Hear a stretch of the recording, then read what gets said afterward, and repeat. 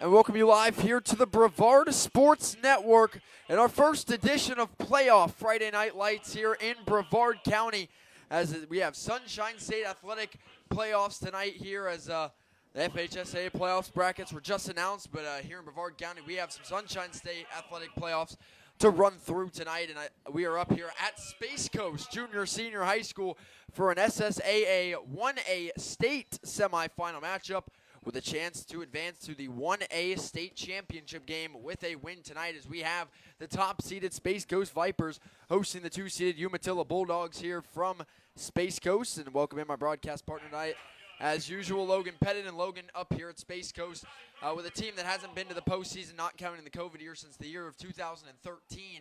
And also the last time that they won 8 games this season. They roll into this game at 8-3, won their first round game via forfeit, so haven't played a game in a few weeks, but now we're back here at home with a chance to go to a state championship. Yeah, it's interesting. I told you when I got up here, this is the first time I've been back to Space Coast High School since 2011, in a season where Space Coast had a pretty good year that year, and coincidentally enough, head coach was Jake Owens.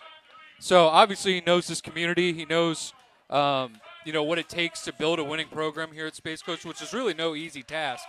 And looking forward to watching them tonight take on a decent Umatilla team in a playoff game.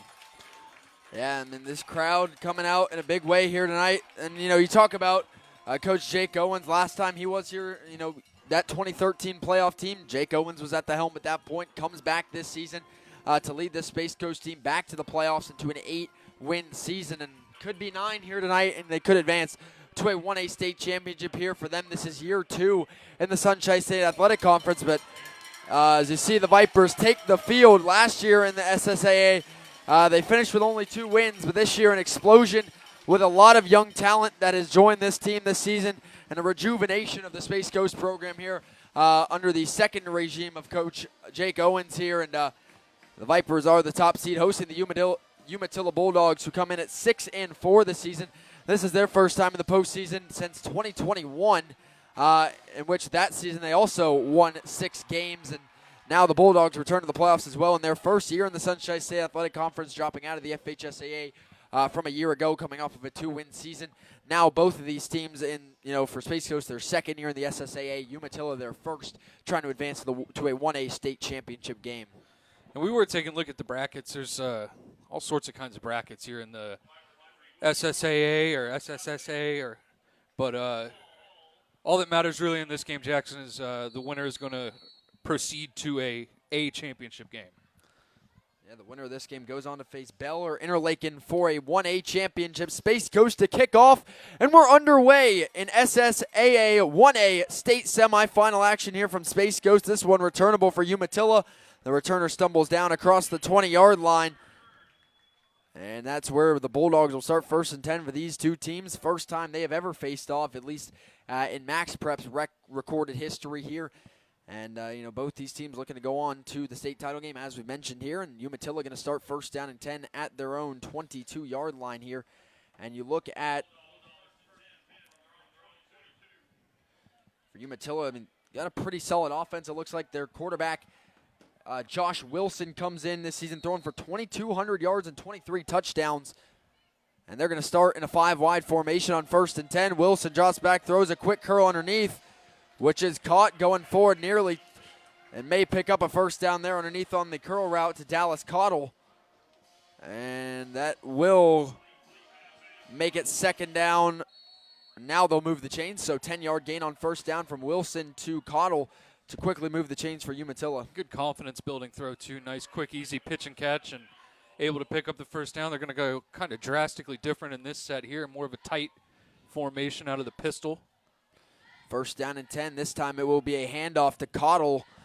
He'll pick up about 2 yards on 1st down. Cottle came into this game with 130 receiving yards, but on the ground, more importantly, Cottle has picked up 721 yards and 8 touchdowns. So Cottle a name to know, Wilson name to know. There's some high-powered players on this offense for Umatilla. And it is 2nd down and 9 here. Wilson rolls out to his left, sets his feet, pocket collapsing, and he's just going to throw that ball away, way out of bounds, incomplete. was out of the pocket there, but it's going to quickly bring up 3rd down and 8 for Umatilla at their own 34-yard line. A Space Coast defense looking to make a big stop. Yeah, good job by that Space Coast secondary to kind of leave them nowhere to throw the football. Just had to eat that one and throw it out of bounds. Really didn't have any pressure coming down on them, and it was very good coverage on the back end to force the throw away. It's going to be 3rd down and 8. Wilson drops back to pass here. Steps up in the pocket, letting it fly down the sideline. Has his man, and it's just overthrown. Incomplete down the far sideline. Could have been a big play here on the opening drive. Instead, it's going to bring up 4th and 8. And the opening drive of this state semifinal game is going to end in a punt for the Bulldogs. Had the right idea there. He needs to get the ball a little bit further to the inside and let that receiver stack that secondary, that corner, and give him a chance. Just kind of overthrew it to the outside. And good stand by the Space Coast defense to bring up a 4th down here after the first play from scrimmage went for a first. That one intended for Reed Bringard, who is now staying on the field to punt this ball away. On Umatilla's opening drive on 4th and 8. Bringard, low ball, picks it up, gets it away. And a line drive boot is returnable for Space Coast from their own 40-yard line. Trying to bounce it to the outside, down the sideline, across midfield he goes. And a good return there for the Vipers. And they will start in plus territory here on their opening drive of this playoff game, which, albeit it is the semifinals, but it is their first playoff game of this season. Space Coast, the top seed, got a bye, not by design, as the team that they were supposed to play forfeit before they even squared off. So they get a bye by that way, and now playing their first playoff game already with a chance to go to the state championship. Yeah, which is wild to me, but again, I don't really know the inner workings of the SSAA that you'd forfeit a playoff game, but here we are. 1st down and 10, Space Coast at the Umatilla 48-yard line.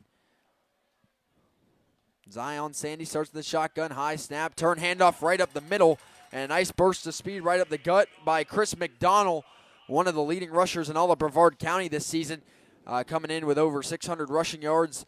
He picks up a solid chunk of 6 there on 1st down, makes it 2nd and 4. 2nd down and 4 now for Space Coast. Looking at this team this season, they average 27 points a game and 318 yards a game. Man in motion pre-snap. Another handoff to Christopher McDonald. McDonald spins out of 1 tackle, dives forward at the end of the play for 2 yards. Hard-fought effort there for only 2. Brings up now just 3rd and 2 for Space Coast at the Umatilla 40, but I'd contend that this would be 4-down territory for Space Coast on the opening drive, judging by the field position and the down and distance. Yeah, just where you're at on the field, and they're picking up 2-3 yards a pop running the ball. I wouldn't be surprised if they keep it on the ground here. Trying to get Umatilla to jump, it looked like. Sandy trying to draw him off, the freshman quarterback. He's passed for over 1,000 yards this season. McDonald switches sides here to Sandy's right now for 3rd down and 12. Sandy's going to throw the bubble screen to the outside, trying to get upfield. He's caught, turning upfield, and that's going to be a 1st down for Space Coast. Nice play to the outside there to pick up the 1st. And the Vipers move the chains for the first time in this game, sponsored by Gamers R Us. Nice job on the little bubble there. Good blocking on the perimeter, and nice job by the receiver to make a couple guys miss and pick up that 1st down. 1st down and 10, Space Coast at the Umatilla 34-yard line. And this one, a play fake. Sandy takes a big hit. It's caught to the near side again on a screen. Still on his feet across the 25-yard line. There is Caden Thomas.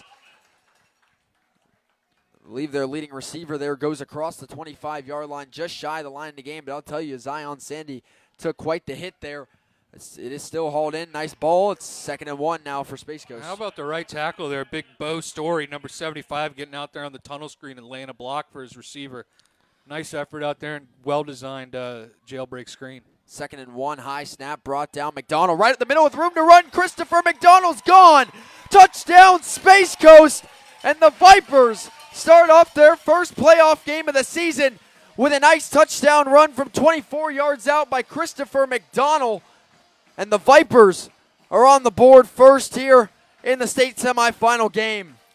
That was quick. This is a team that's putting up numbers this year, and you can see why. That offensive attack looked good. Start off the gate, nothing too sexy about it, just running and quick throws to the outside to keep the defense honest, and that's what opened that run up the middle there. And great job getting to the second level and finishing the run, and great job to just hand the ball to the referee afterwards. Low snap kick is up and good. And with 8:22 to go in the first quarter, it's a 24-yard touchdown run for Christopher McDonald. His 7th touchdown of the season on the ground. Came into this game with 825 yards, which was 6th in Brevard County. And adds another touchdown and a good chunk of yardage there on that drive as well. Nice start for Space Coast on the ground and through the screen game. Sticking to their game plan, it's working early as the Vipers have a 7-0 lead here over Umatilla. Their first postseason game since the COVID year in which everybody in the state of Florida made the playoffs. Their first, I guess, earned playoff game since 2013, the last time they won 8 games in a season under Coach Jake Owens 11 years ago. Good showing here from the Vipers fan base as well here on Friday night on the Brevard Sports Network. We have this game as well as the Merritt Island Christian Cougars state playoff game as well, as there are 3 games in Brevard County, not on the Brevard Sports Network, but also in the county tonight. The top-seeded Calvary Chapel Eagles also have a playoff game. That ball kicked down towards the sideline. It's going to go out of bounds. That will be a penalty on Space Coast on the free kick out of bounds. I give Umatilla solid starting field position this time around. Not what you want to have if you're Space Coast, but not a backbreaker just yet.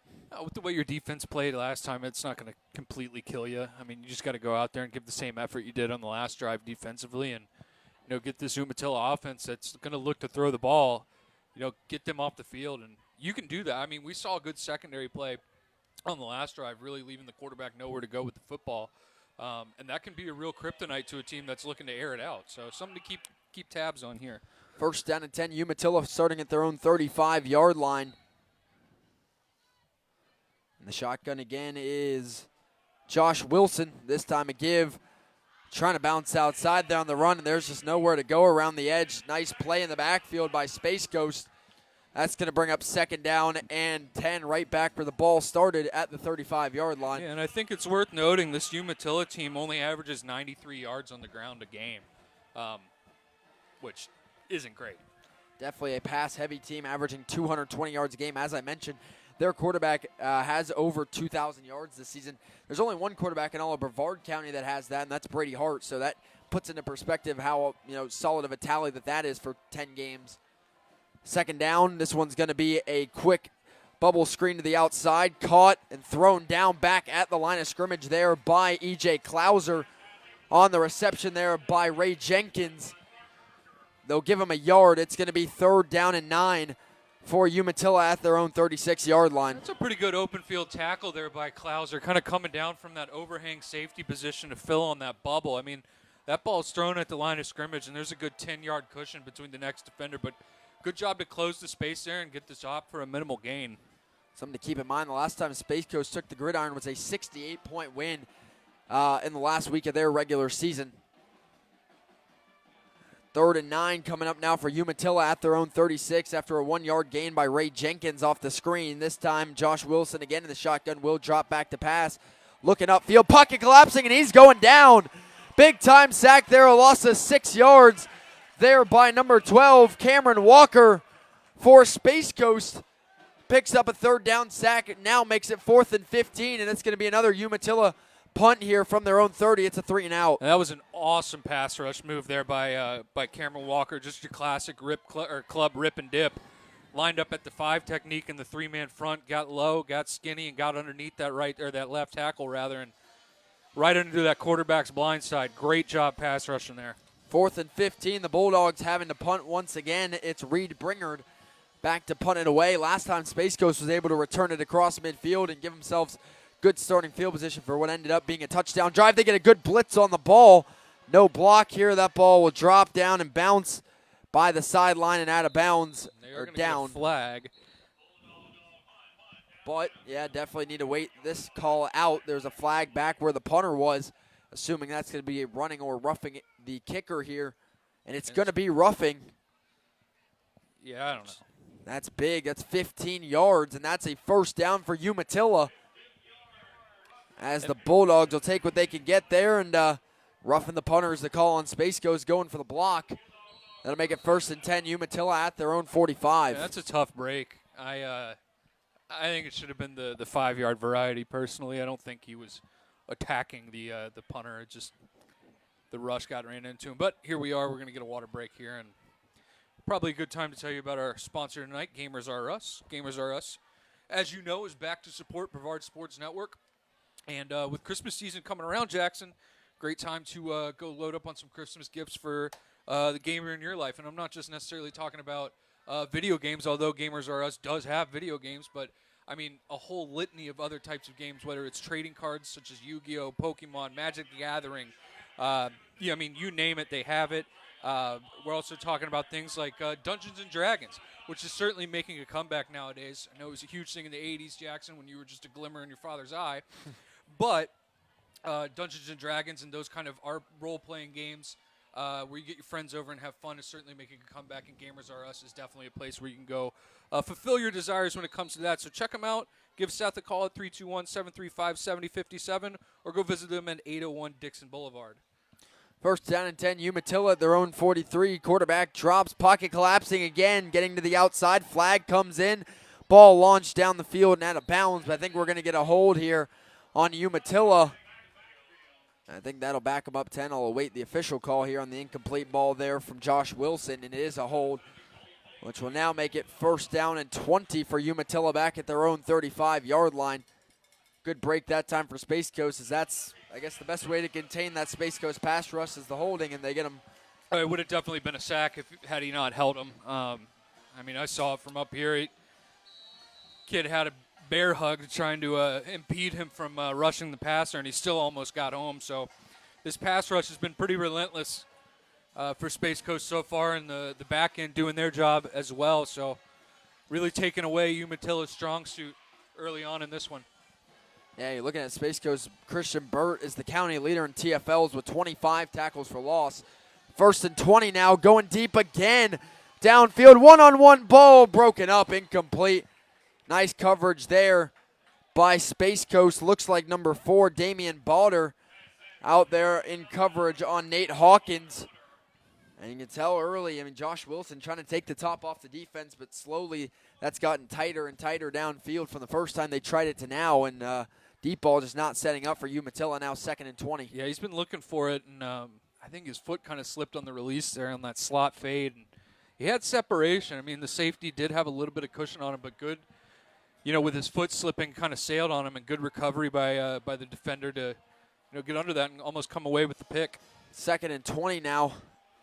Wilson drops back to pass again, steps up in the pocket. Josh Wilson will take off across the 40, and Wilson slung down after a gain of about 8 yards on 2nd down. That'll now make it 3rd down and 12, as we have an injured Viper on the play. Tackle there made by DeAndre Parker for Space Coast after a gain of 8 by the quarterback, Josh Wilson. That'll make it 3rd down and 12 coming up for Umatilla after the injury timeout. Bulldogs at their own 43. The injured Viper quickly back up on his feet, walking off under his own power is Jacob Starkey. Well, we have a quick pause. I mean, we have a hard time kind of viewing the stream on our end, but the comments seem to be coming through, so now's probably a good time to remind you, don't click on any links in the comments. That's probably a good thing to follow. If you don't recognize the person posting a link in today's world, don't click the link. But I do see a couple comments. I'm not able to delete them. So don't click on those, please. Just ignore them. 3rd down and 12 coming up for Umatilla at their own 43-yard line.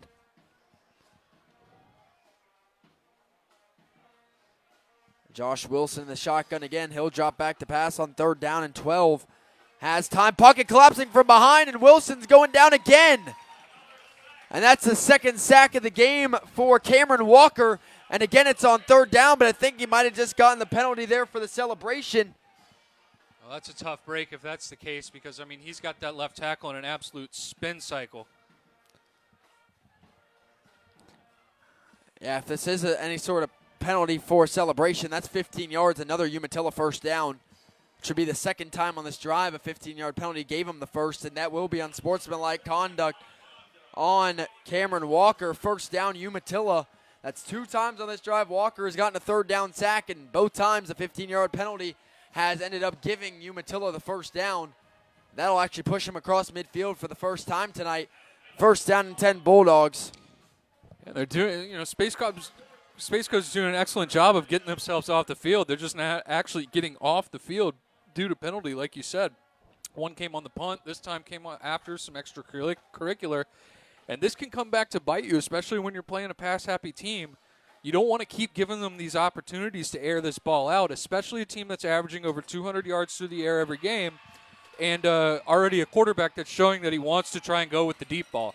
Eventually, if you keep giving them those opportunities, simple statistics says one's going to connect.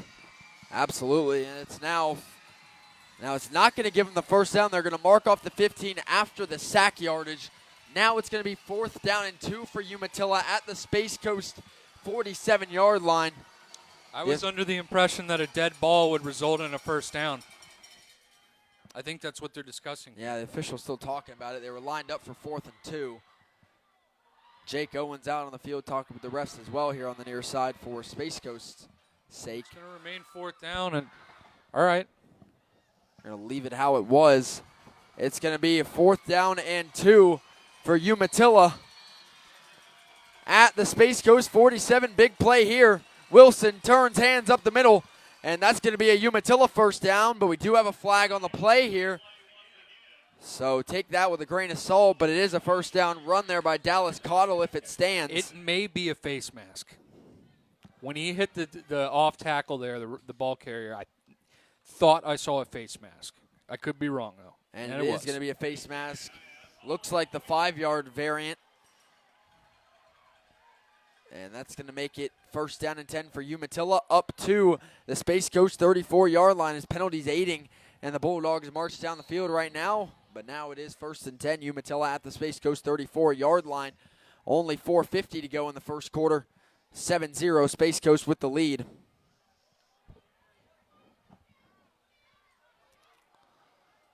Wilson in the shotgun here. It'll be 5 wide for Umatilla. Spreading it out on first and 10. Wilson drops back here. Has time, steps up in the pocket. Wilson will take off. Wilson getting to the outside across the 35, or across the 25, and goes out of bounds just shy of the 20-yard line. That will be a Umatilla first down. Nice run by Josh Wilson. Maybe want to consider putting a spy on him. I mean, secondary's doing a good enough job keeping them at bay. And those are plays that can be backbreakers, especially, I know it wasn't a third down there, but when something like that occurs on a third down, it's pain. So maybe consider keeping somebody right there in the middle, just kind of mirroring the quarterback in cases like that. First and 10, Cottle with the give up the middle, breaks free down around the 10-yard line. Another Umatilla first down as the Bulldogs now flying down the field, and Dallas Cottle puts them down to the 10-yard line. First and goal, Bulldogs now well inside the Gamers RS red zone to the Space Coast 10-yard line. And we are now going to get Space Coast first time out of the half here with 4:10 to go still in the first quarter. Drop Space Coast down to 2 timeouts remaining here, and Umatilla still with all 3 with 4:10 to go in the first quarter. The Vipers with a 7-0 lead, but Umatilla on their second drive of the game now face first and goal at the 10. This feels like a basketball timeout. Kind of stop the run here. And that's what I was talking about, these second chances that, Umatilla got with the penalties. You give them new life. You had 2 opportunities to be able to get off the field. The first one was kind of iffy. The second one, you just got to keep your mouth shut and get off the field and let your offense go back to work. Now you give a team who is a good team. I mean, let's face it, this is a semifinal game to go to a championship game. This team has earned their way to that. You can't give them those second chance opportunities, especially when you have them on the ropes. Absolutely, and now you're hoping as a defense that doesn't come back to bite you after you made some good plays to get here. Now it's going to be first and goal, Umatilla at the 10 after the Space Coast timeout. Josh Wilson again in the shotgun. For first and goal, man in motion coming across. It's a handoff. Dallas Cottle off the right side. Had a gap, but that swallowed up quickly for a short gain there on 1st and goal. Will bring up 2nd and goal for Umatilla beyond the 5-yard line. Interesting decision by Cottle to not just stay to the outside and try and cut that back. It looked like from here he had a lane into the end zone. Kind of stopped and looked to cut back into the inside. Well, that's where the teeth of the defense was, so didn't pay off whatever he was attempting to do. 2nd and goal at the 8-yard line now for Umatilla. Again, it is Josh Wilson and Dallas Cottle in the shotgun for the Bulldogs. Wilson play fakes and rolls to his left. Wilson on the run, tucks it, goes, and he'll go down after a short gain there on 2nd and goal. Down to about the 5-yard line. Tackle made by Jacob Starkey. That'll make it 3rd down and goal. Umatilla at the 4. Big play coming up here on 3rd down.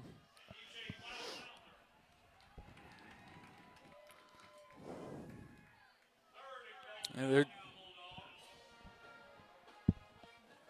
taking Wilson out, it looks like, so they're bringing in some sort of Wildcat heavy package, it would appear.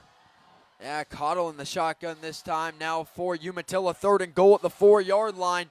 Dallas Cottle keeps trying to get to the outside. Cottle cuts it inside, dives for the end zone. He's going to be ruled short. It's going to be 4th and goal. Umatilla coming up. Big stop there by Space Coast on the goal line off the Wildcat play by Dallas Cottle. It's going to be 4th and goal. Umatilla at the 1, quickly getting set. Space Coast trying to sub. They won't get it.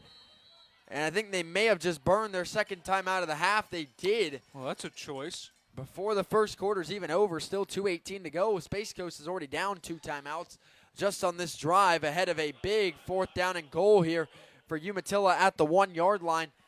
Space Coast 1 timeout left. Umatilla still with all 3. Bulldogs now have 4th and goal at the 1, and this would be a massive stand. And I think one, for morale that, you'd love to have if you're Space Coast, because you got to stop twice. One time the punt literally got away, and then there was a roughing that gives them a 1st down. The next time it was a sack on 3rd down and goal with a penalty on the celebration that gave you a 1st down. So as a defensive unit, you feel as though you've stopped them already, but now you're staring at 4th and goal, looking to finally solidify the stop. Yeah, you dropped an interception too. Yeah. So, you had opportunities to get off the field. So, yeah, you're saying it's a huge boost, especially to your offense, if you are able to get off the field here and kind of halt this this scoring drive. I do think this is the right decision to go for it, because even if you don't get it, you're going to force Space Coast to drive 99 yards. But, yeah, you got to do whatever you can, scrap and claw to get off the field here. 4th and goal at the 1 in Wildcat. Dallas Cottle right side of the line and in. Touchdown Umatilla on the 1-yard touchdown run by Dallas Cottle. His 8th touchdown run of the season. And with 2:14 to go in the first quarter, the Bulldogs strike back on their 2nd drive of the game with a 1-yard touchdown run on 4th and goal. What a way to get there. Punted, had a roughing the punter, got sacked on 3rd down. Had an unsportsmanlike conduct to keep their drive going, but after that, penalties stopped aiding them as the Bulldogs just marched down inside the 1, and on 4th and goal, Dallas Cottle punches in from the Wildcat. Now looking to tie the game up with the extra point. Kick is low and good for Tyler Pounders. And with 2:14 to go in the first quarter of this state semifinal game, it's tied at 7-7 here late in the first quarter as the Bulldogs march down the field and punch it in the end zone. Yeah, drive where they got two fortunate penalties that went their way and gave them life, got them past the 50, and a couple plays later they're in the red zone. And again, that's what, that's something that Space Coast is going to have to keep an eye on, because you showed you can get them off the field. You did it on the first drive. You did it twice on that scoring drive. You just kind of shot yourself in the foot a couple times, and now you got a tie ball game. Yeah, 35 yards of penalties there defensively for Space Coast, something you definitely don't want to see. And that gives way to a Umatilla drive that marches down the field 65 yards when it's all said and done, capped off with a 1-yard touchdown run by Dallas Cottle with the extra point. We're tied at 7. They're going to onside kick this. That's a choice. Tyler Pounders lined up on the near hash, looking like he's going to onside kick it. The ball falls off the tee. We'll have to try that again.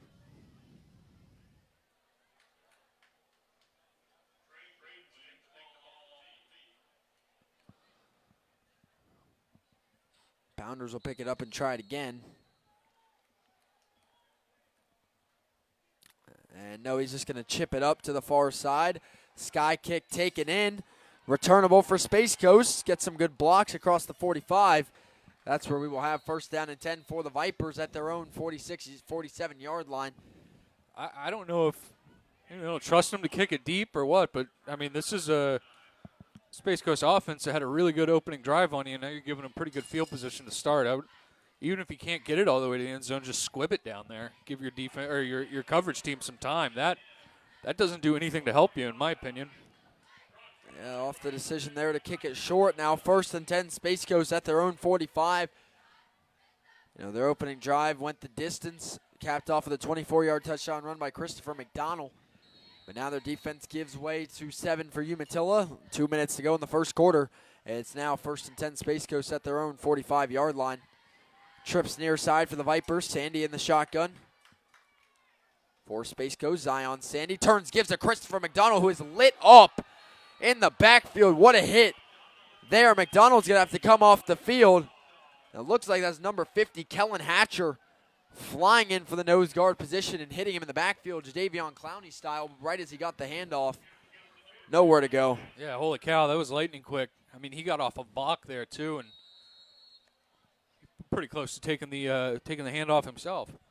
McDonald loses 2 yards and has to come off the field after he lost his helmet. 2nd and 12 for Space Coast at their own 43. Once again, it's trips near side. Sandy in the shotgun once again for Space Coast. Drops back to pass this time. Going deep, wide open down the middle of the field. It's dropped. And what could have been a surefire touchdown is dropped by intended there for what looked like number 6, D. Parker. That's tough, man. That's one he's got to have. I mean, you're changing the scoreboard. There was nobody in the same zip code as him. The next defender that was close enough to him was all the way back in Umatilla. Yeah, and that one, I mean, that was kind of by design, too. It was only about a 2-3 step drop. Step up and loft that one up. Nice throw by Sandy right into the breadbasket. Dropped by D. Parker, who's one of their biggest receivers. It just didn't have it there. It was a good play design. They had the defensive eyes going to the bubble screen, and you just kind of leak him out on the seam, and yeah, you just got to come down with it. Off the big incompletion, 3rd and 12. Sandy rolls out right, throws on the run. It's caught to the near side, cutting upfield. First down and more. There goes Space Coast inside the Umatilla 40. And a heads-up play there to keep that one alive. That was a really nice throw from the 9th grader. Good Caden composure, Thomas had a guy bearing down on him and was able to find the receiver there just sitting on the sideline. And way to keep your eyes downfield. Only a freshman. Heck of a job. Do we got another timeout in the first quarter? Umatilla takes their first timeout here. With 1:24 to go in the first quarter, we've now seen 3 cumulative timeouts taken early here. Space Coast has taken 2. Umatilla now taken 1. It's going to be first and 10. Space Coast at the Umatilla 35. Coming up, nice play there by Caden Thomas to haul it in at about the 50, but then turn on the run after catch. Burners for a gain of 15 more to pick up the Space Coast first down.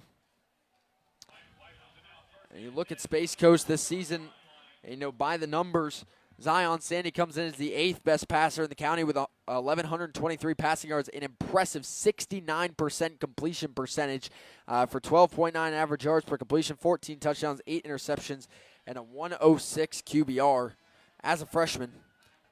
First down and 10, Space Coast at the Umatilla 35.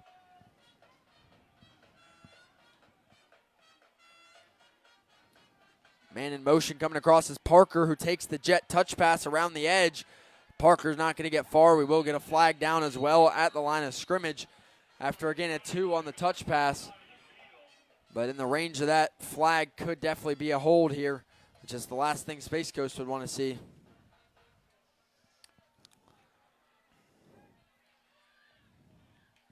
That will be a hold on the Vipers. That will make it first and 20. Space Coast will be backed up to the Umatilla 45. Not what they wanted to see there.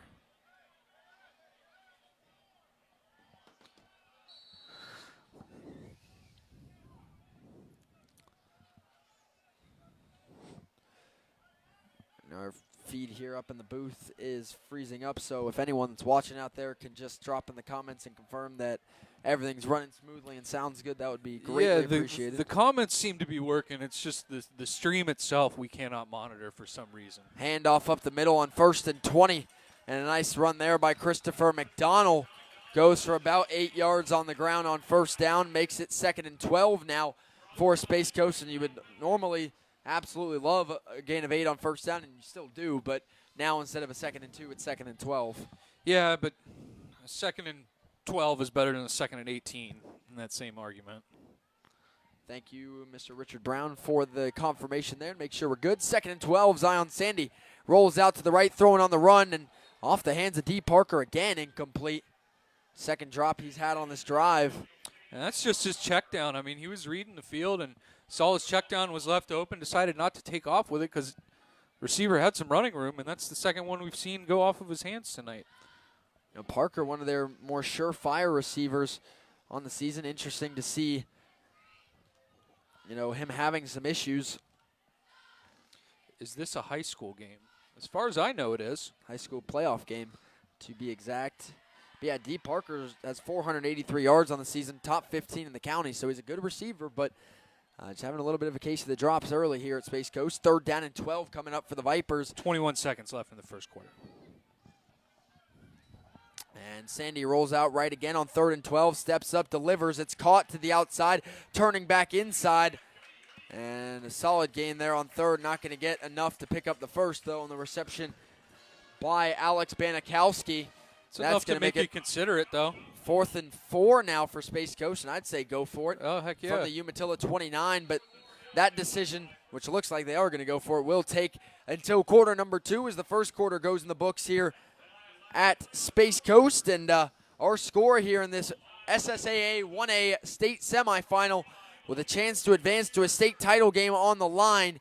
It is 7-7 through the first quarter. Both teams with a rushing touchdown. For Space Coast, it was a 24-yarder for Chris McDonald. For Umatilla, it was a 1-yarder for Dallas Cottle on 4th and goal.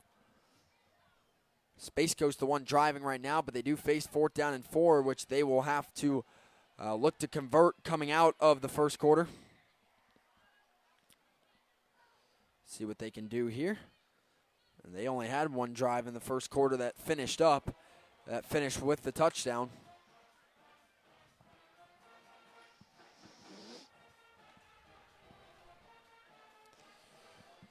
So we get set to go for the second quarter of action. Space Coast with a decision to make, but I think it should be a pretty easy decision to go for it. Yeah, they've already made that decision. And this is the right call. I mean, this is kind of no man's land. You're facing, a 4th and 4, 4th and 5, maybe a long 4. The way you've moved the ball for the most part of this game, I think this is the absolutely the right decision to do. Go get yourself 4 yards, or 5 yards, whatever you need, and extend this drive. They will go for it. 4th and 4, Space Coast at the Umatilla 29. First down, line to gain is the 25. McDonald in the shotgun with Zion Sandy. 4th and 4. You can't have that. Early movement on Space Coast will now make it 4th and 9. And a plethora of players went early there, including the running back. And that's going to make it 4th and 9. But again, still a decision to make inside the Umatilla 35. Would still expect them to try and go for it here. Yeah, I think you got to. Again, you're kind of in no man's land. But, man, you got to know on the offense, hey, we're going to go on a hard count here. We're going to see if we can get them to move. That way we don't have to run a play and pick up a first down. Got to hold your water there. I mean, that's several times tonight so far that we've seen Space Coast kick them out of a decent situation because of a penalty. 4th down and 9 now for the Vipers at the Umatilla 34. First down line to gain doesn't change. Still the Bulldogs 25-yard line. Zion Sandy in the shotgun on 4th down and 9. See if they try the hard count again. They don't. Sandy drops back on 4th and 9. Lets that ball fly up the field. That ball's intercepted by Umatilla. Inside the 10, pushed out at about the 10. And a big play there on 4th down on the interception by Ray Jenkins. And Umatilla will take over. Now for Space Coast, it's almost like a punt there, but arm punt. Yeah, tough break there on 4th down. It's a turnover for Sandy. Only his 9th interception of the season. Nice play there by Ray Jenkins to intercept that one downfield. His 2nd interception of the season. Now Umatilla will take over back at their own 10-yard line for first down and 10. Their first two drives opened up with a punt. Their second drive ended with a touchdown run on 4th and goal by Dallas Cottle. As they come back out to the field, tied at 7, first and 10 Bulldogs at their own 10 following the interception. Quarterback drops, pump fakes, looking up the seam, tucks it, somehow trying to get to the outside. Wilson stays on his feet. What a play by Josh Wilson to somehow stay up and get out of the backfield for a gain of about 6 or 7 yards on first down, where he looked dead to rights quickly. Yeah, pulled a rabbit out of his hat there. That Space Coast defense was all up in his grill, and nobody really opened downfield. Somehow it manages to escape and live to fight on second down. Now 2nd down and 3 for Umatilla at their own 17-yard line. Off the 7-yard run by Josh Wilson on first down, playing escape artist.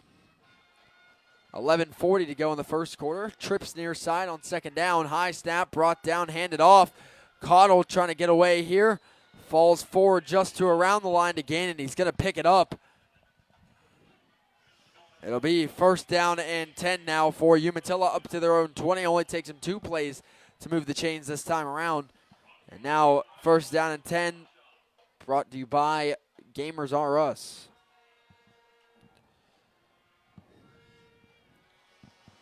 Solid run by Cottle, moves the chains. First down and 10 now for Umatilla at their own 20-yard line. Wilson drops back to pass now on first down. Pump fakes, rolls to the right. Pocket collapsing from behind. Throwing to the outside. High ball. Incomplete. He's lit up. And a flag on the play, but I don't understand that one. The hit on Trayton Pope draws the flag. He wasn't early. No, I mean, that's making a play on the receiver there. I don't think he made a hit directly to his head. No, definitely not. He hit him in square in the back. He used his arms, too. I mean, I don't know. It's gonna get you got to pick that up. I think this referee just got a little flag happy there. It looked like a penalty, but, I mean, that was a perfectly clean play. That's just one. It's a reactionary flag that basically they have the ability to overturn, but in high school you can't add a flag. You can take one away, though. As it'll be 2nd down and 10 for Umatilla at their own 20 after the incompletion on first down. Good defense there coming over the top. Take that pass away. It's too high nevertheless. Just under a minute into quarter number 2. It's 2nd down and 10. Umatilla at their own 20. Wilson drops back again. Pocket collapsing. He's going to go down. 3rd sack of the game early for Space Coast. And that looks like Chase Santiago, number 54, picking up the sack. Big play there for Space Coast. 3rd sack here of the first half already. Drops them back 3 yards. 3rd and 13. Umatilla back to their own 17-yard line. That's the 3rd sack of this game so far. Big play there on 2nd. Makes it 3rd and 13 for Umatilla. Back at their own 17-yard line. For Space Coast here, just got to, make sure you don't make any unforced errors. Ball brought in. Pump fake going deep is Wilson. One-on-one coverage downfield is overthrown. Whoa. And we get another flag here. Whoa. What on earth could that possibly be? There's no way that's pass interference. The defender was in phase, had his head turned, was hip-to-hip with the receiver. That's good coverage. That's excellent coverage. There's no way you can call that pass interference. There's no hand play, no grabbing, nothing like that. I didn't see any contact, really, unless he was holding somehow, but I didn't get that impression. Pass interference on insane. Space Coast. First down, Umatilla. I mean, what do you want the kid to do? He's hip to hip with the receiver. His hips are turned. He's running in stride with him. He's got his head to the ball. The ball was thrown inside. So were you saying he impeded the receiver to get inside of the ball? It was a poorly thrown ball. That's not pass interference. That's good coverage. And that's Umatilla again getting bailed out. Yeah, another 3rd down, a 3rd 15-yard penalty we've seen to give Umatilla a first down. And this will be a play up the middle across the 35-yard line, a gain of about 3 or 4 yards on first, brings up 2nd down for the Bulldogs. As I said, third time tonight now we've had a penalty on a third or fourth down to give Umatilla a first down. I tell you what, Jackson, if I was on that sideline, I might have got thrown out of the game over something like that. That's not definitely good. questionable. Questionable is not the word I would use. 2nd down and 6 coming up for Umatilla at their own 36-yard line.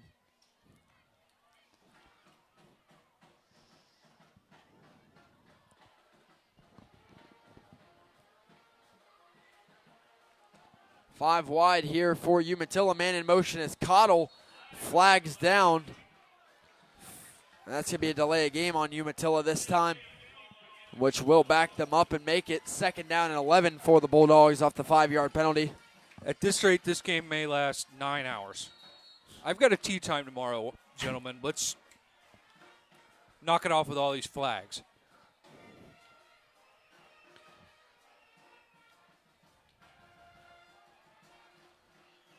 It is now 2nd down and 11 for Umatilla back at their own 31-yard line. 5 wide here. Wilson in the shotgun will drop. Quick throw underneath on the curl is caught. Incomplete. No, it is not. Bounced It's up dropped into his going to the chest. ground. Looking for Dallas Cottle. It skipped up onto him. He threw it short. Cottle arguing that it hit his foot. It did not. Going off the turf, incomplete. 3rd down and 11 for Umatilla at their own 30. Biggest thing for Space Coast here is just getting off the field on 3rd down any way they can.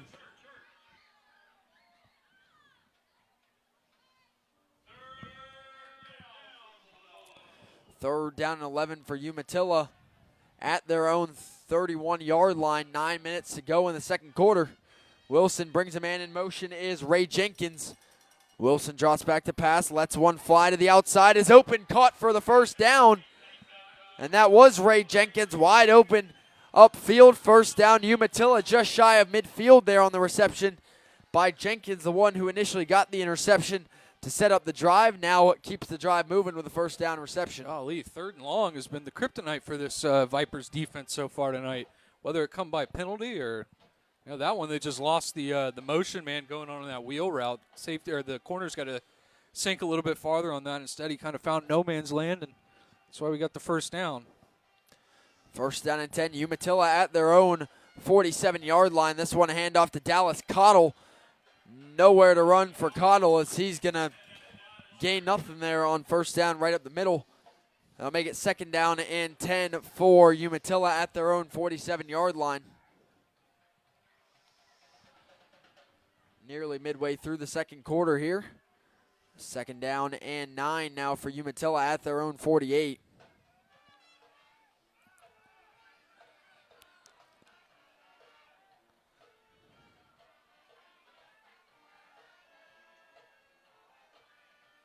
Second down and 9 here for Umatilla. Handoff right up the middle, breaks free. First down and more on the run up the middle inside the Space Coast 40. And a big-time run there by Dallas Cottle to pick up a Umatilla first down, brought to you by Gamers R Us. High-level run for the Bulldogs there, puts them to the Space Coast 36-yard line. 1st and 10. The numbers would indicate that this Umatilla team is not, as good at running the ball as they are passing the ball. But honestly, I've been more impressed with their ground game than their pass game at this juncture in the game. 1st down and 10 for Umatilla. Handoff up the middle. Dallas Cottle trying to bounce to the outside, but he's going to get wrangled down for a loss or no gain at best. That'll bring up 2nd down. A whole pack of Vipers there in the backfield bringing down Cottle for no gain. Do Vipers travel in packs? Gaggle I of don't know Vipers? the legal name. Most try and keep in mind the name for whatever animal, but for Vipers, Typically a solitary animal, I think snakes are. Yeah. But there was a pack of them there. Yeah, there was a group, a bunch, A gaggle. flock. Flock, good. 2nd down and 10 for Umatilla at the Space Coast 36-yard line. Wilson jots back to pass here, looking upfield, eyes downfield, pocket collapsing. Wilson gets to the outside again, playing escape artist, runs out of bounds, I think just shy of the first down marker. We'll see where they put him. Big-time hold there. I mean, right in front of the White Hats' face. Did see that. It will be 3rd down and 5 now for Umatilla at the Space Coast 31-yard line, but third downs have been at Space Coast kryptonite tonight. What might bode well here is it's 3rd and 5 and not 3rd and 15. It seems like on the 3rd and longs to go, something fluky happens. Maybe here with a 3rd and manageable, they can get off the field. 3rd and 5 for Umatilla. It's a give to Dallas Cottle trying to get around the edge. Cottle has the first down and more, going out of bounds inside the red zone here. 1st down and 10, Umatilla. Maybe not. Yeah, like I was saying, a team that's only averaging 93 yards on the ground a game and really putting in some work there in their ground game, just kind of getting in that pistol look, and Cottle carrying the ball relatively well. And really the pass hasn't been there. A couple pass plays have connected, but really the pass rush has been getting home. It's been very aggressive, and the secondary has looked all right. And haven't really had an answer for this Bulldog run game so far. I mean, keeping that in mind, Cottle comes in this game with 721 rushing yards, which would be good for 8th in Brevard County. 1st down and 10, handoff to Dallas Cottle again, around the left side again. And he picks up about 3 or 4 on 1st down and gets out of bounds. Pretty much exactly what you would ask for on a 1st down run if you're Umatilla. Clock is still running, though. 6.5 minutes to go in the first half. Been quite the long drive to open the half for Umatilla, marching down the field, coming up on a 6-minute drive. Yeah, a drive that started at, around the 5-yard line now? Yeah, out of their own 10-yard line, looking to finish a 90-yard drive. 2nd down and 6 now for Umatilla at the Space Coast 16-yard line. Another give to Dallas Cottle around the left side. This time doesn't go as well as pass runs did. Only a yard for Cottle, makes it 3rd and 5 for Umatilla at the Space Coast 15-yard line. But again, you see 3rd down, as you've seen pretty much every set of downs here going early on in this game for Umatilla, but they found a way out of it. Yeah, to Space Coast credit, they're doing a great job of getting Umatilla to 3rd down. Yeah. They're just not doing a great job of getting them to 4th down. 3rd down and 4 for Umatilla at the Space Coast 14-yard line. Wilson looking to the sideline here. 5.5 minutes to go in the first half here from Space Coast Junior Senior High. Play fake. Wilson rolls out to the right, has room to run if he tucks it. Waiting a little long, lofts it to the end zone, wide open, caught. Touchdown, Umatilla. And a caught there by Trayton Pope. Flag comes in late, but I think that'll be after the play either way, so touchdown will stand. On the 10-yard, and there's one over there as well. I guess we can wait on the verdict here, but great patience there by Josh Wilson, waiting for that play to develop, was getting chased from behind, decided not to tuck it, lofted that ball up to Pope in the end zone, who was wide open for the 14-yard touchdown. And I thought it was pretty good coverage there. I don't know how Pope got so open there at the end. I mean, I'm guessing somebody for Space Coast dropped down to blitz possibly and come after the quarterback, and because it was just in that area. Oh, illegal forward pass. Wow. That's a loss of down. Yeah, a legal forward pass the call, so it was a nice looking play, but that time Wilson goes across the line of scrimmage. Now we'll make it 3rd, turning into 4th down and 9, as we will have the second quarter water break here with 5:17 to go, ahead of 3rd down and 9 for Umatilla. And then off of a penalty that wiped touchdown off the board that time. As we have a break in the action, I'd like to once again thank our sponsor for tonight, Gamers R Us. Yeah, Jackson, we got a makings of a pretty good game here. You know who else has pretty good games? That would be Gamers R Us, located at 801 Dixon Boulevard in Cocoa, Florida. Gamers R Us is your one-stop shop to pick up all sorts of games, whether it be trading card games, video games, board games, Dungeons and Dragon type games, or I believe they're called RPGs, Jackson. That stands for role-playing games, because you see, you take on a role while you play that game. I don't know if you knew that or not. So if you want to become more versed in that, go check out Gamers R Us. Like I said earlier, Christmas season's coming right around the corner. It's going to be here before you know it. And if you've got a gamer in your life that is interested in these types of things, as well as additional things, like I said, it's not just the video games, it's board games, card games, so on and so forth. Go ahead and visit Gamers R Us. That's Gamers with a Z, or us at 801 Dixon Boulevard, or give them a call at 321-735-7057. 4th down and 9, and out is the field goal unit for Umatilla here. They're going to attempt a 36-yard field goal try here to take the lead with 5:17 to go in the third. Crowd making some noise here for the 36-yard field goal. Kick is up. It is no good. Just off the mark that time on the 36-yard attempt, but the rule in high school is it goes out of the back of the end zone. It is a touchback, so Space Coast will start at their own 20. No harm, no foul, I guess, for Umatilla there with a miss. Now Space Coast will take over 1st and 10 at their own 20. Kind of poetic there that drive ended due to a penalty when most of these drives have been prolonged due to penalties. So a little caveat to what we've seen thus far. But this is certainly a drive where if you're Space Coast, you want to bleed as much as the clock as you can. You got about 5 minutes and 13 seconds left to drive down the field, and you want to finish this with points. You don't want to leave Umatilla really any time to operate going into the half. That's the thing for Umatilla there. 6-minute drive, no points on the board. You'll take it if you're Space Coast defensively. 1st down and 10 for Space Coast at their own 20 after the missed field goal. Jet touch pass here to start the drive, getting to the outside. Nice blocking to set the edge. That's going to be a gain of about 7 on 1st down there by D. Parker. That will make it now 2nd down and short for the Vipers. And I think that they intentionally went to Parker there, knowing he was going to make that. Obviously, it's a touch pass, so easy catch to make. But he's dropped a couple tonight, and that's a player that you want to rebuild his confidence, but still get the ball in his hand. So nice job, nice play design to go to Parker, and good job out of Parker to pick up some good yardage. 2nd and 3, handoff up the middle. Chris McDonald takes a big hit in the gap, does not pick up 3 yards to get the 1st down. It'll be 3rd down and 1 coming up for Space Coast at their own 29-yard line. And even though that one was swallowed up, I wouldn't be surprised to see them go right back up the middle with a run play here. We're going to get an official's timeout. They're going to measure? Judging by where the ball's spotted, that is short. I mean, I thought it looked clearly short. I don't know what the official's timeout would be, but he's standing over it as though they may get a measure. They are. They're going to measure this. Yeah, it looks like they are. Yeah, from here it looks like I can see the nose of the football is about. I mean, assuming the 30 is the yard to gain, yeah, he's definitely short, but maybe the angle we're at, I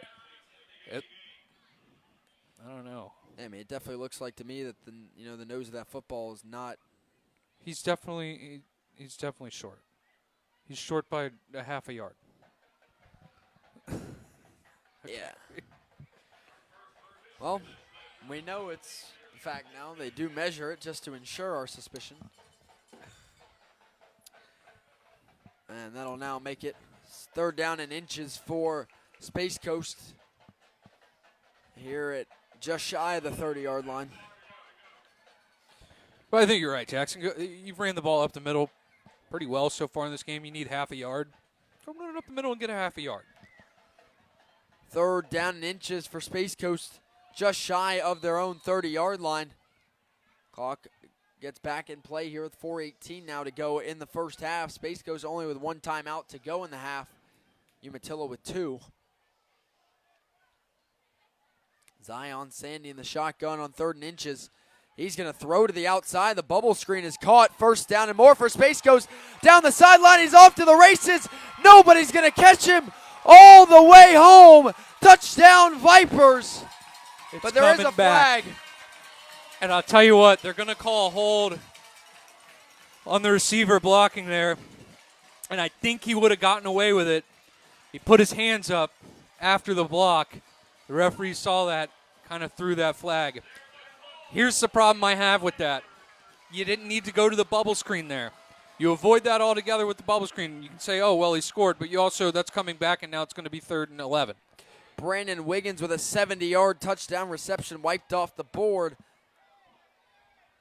Make him run all that yardage for nothing, as that's going to be a big penalty because not only does it take a touchdown away, now instead of 3rd and inches, it's going to be 3rd and 10.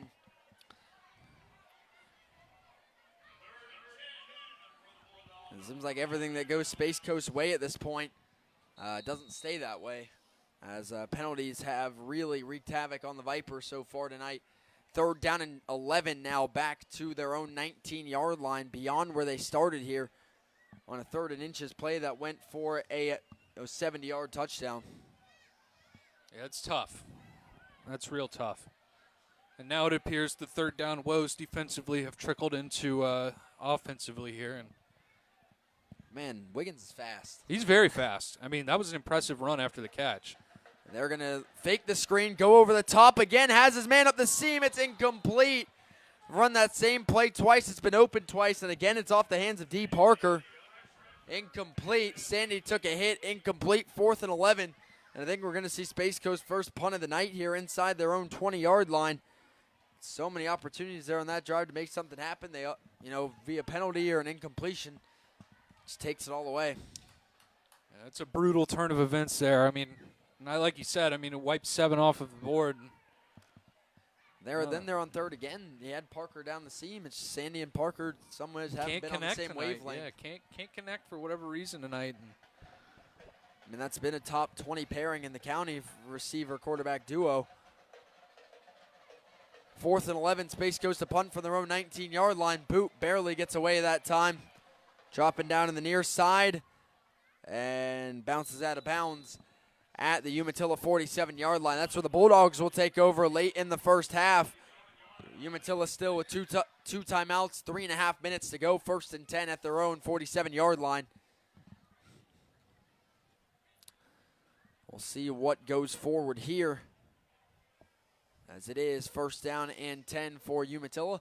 Through their first 3 drives, first drive was a punt, second drive was a touchdown, third drive was a missed field goal. So different fates for all of their first 3 drives, but the score still tied at 7 late in the first half. Now for Space Coast, first 3 drives, they had a touchdown, an interception, and a punt. Now 1st and 10 for Umatilla at their own 47. Empty set, throw quick to the outside by Wilson, hauled in at around midfield there by Reed Bringard. That brings up 2nd down. Brandon Wiggins there makes the play defensively this time. It's impressive. Make him run 70 yards, doesn't stand. 2-way guy still out there. It's got to be tiring. Well, there's a 12 next to his name on the roster, so in what could potentially be his last high school game, he's certainly a player that's going to show out tonight. No doubt. It's a gain of 4. 2nd and 6 for Umatilla at the Space Coast 49. Again, it's empty set. Wilson with time. As he gets hit, he just chucks that one away from the pocket. And I guess they're going to say there was a receiver in the area because don't think he ever left the pocket there. Where was he? Not at midfield. No, the receiver. Oh, I don't know. There's the flag. There it is. So that's a big one because that is going to be, a spot foul that kills it down as well. Well, Umatilla's got him right where they want him, 3rd and long. Yeah. Yeah, no kidding. That is a big penalty on Umatilla this time. Intentional grounding on Josh Wilson. Loss of down.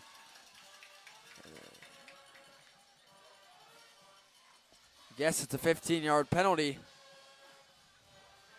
It's now 3rd down and long for Umatilla back at their own 37-yard line. It's going to be 3rd and 21 for Umatilla back at their own 37. 1st down line to gain is the Space Coast 44 or 43-yard line. 3rd and 20.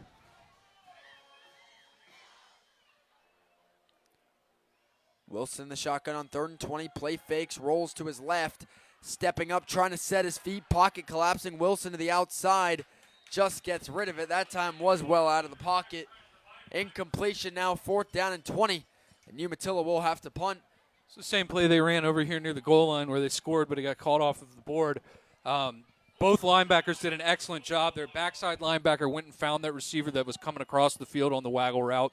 It was able to take that away. Playside receiver did what you're supposed to do on a rollout, and that's bomb the quarterback. Saw him late come in there and kind of hurried that throw and forced Wilson to get rid of it early. And now Space Coast, as it appears, is going to be able to get off the field here. 3rd time the punt units come out here, but this would only be the 2nd time a drive has ended in a punt for Umatilla, as their last time they tried to punt, there was roughing the punter that gave him a 1st down here on 4th and 20. The punt will get away clean. No contact to the punter. This one returnable for Space Coast. They'll take it on the run here across the 30. Now out across the 35, and a solid return there for the Vipers. And it'll be first down and 10 for Space Coast at about their own 36-yard line. Last drive ended with a punt for Space Coast, but more notably, they had a 70-yard touchdown taken off the board by a holding penalty that forced them to punt. Now it is first down and 10 for Space Coast at their own 36-yard line. Score still 7-7 here with 2.5 minutes to go in the first half. Going to need to see a 2-minute drill from Space Coast because they only have one timeout in 2.5 minutes. Umatilla still with 2 timeouts here in the first half. First and 10 Vipers at their own 35.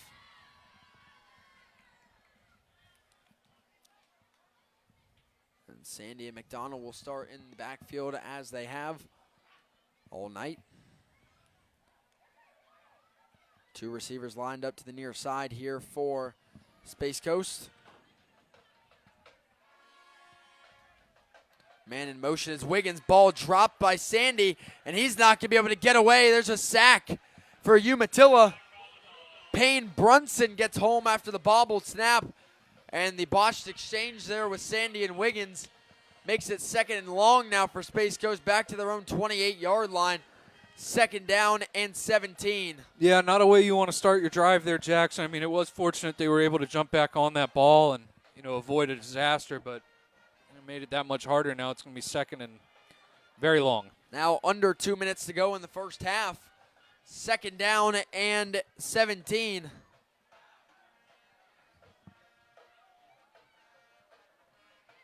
Zion Sandy on second down, rolls out to his right here, steps up and throws underneath. It's caught for a gain of about 5 or 6 yards, just shy of the original line of scrimmage on the completion. It'll bring up third down and long for Space Coast, about a 3rd and 12 at their own 33. Wiggins on the reception there again. Nowhere to get upfield this time. Makes it 3rd down and 12 for Space Coast at their own 33-yard line. 1:40 to go in the first half. Vipers still with only 1 timeout. I think they're going to take their last one here. Now no more here ahead of 3rd and 12. Space Coast takes their final timeout with 1:41 to go in the second quarter. The clock wasn't moving, but they'll make sure it doesn't start. Yeah, his forward progression wasn't halted with the contact as he was going out of bounds, so that clock was going to continue to stay stagnant. Space Coast out of timeout, so 1:41 to go in the second quarter, ahead of a big 3rd and 12 play for the Vipers at their own 33, looking to extend this drive before the half. Now Space Coast will get the ball after the half, one way or the other. How this half ends doesn't matter for that, but they would love to get a score before the half for their own sake to try and take the lead. Reminding everybody, this is a SSAA Atlantic 1A state semifinal game. Winner goes on to the Atlantic 1A championship game against either Bell or Interlaken. Bell beat Bronson in round 1, 53-0. Interlaken upset Stanton 36-24. Space Coast beat Tradition Prep on a forfeit, and Umatilla got here by beating Coral Springs Charter 36-26.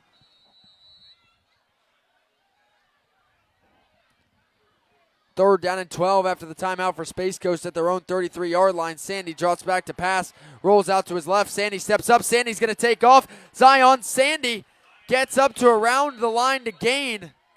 It's going to be about a yard short, or maybe not.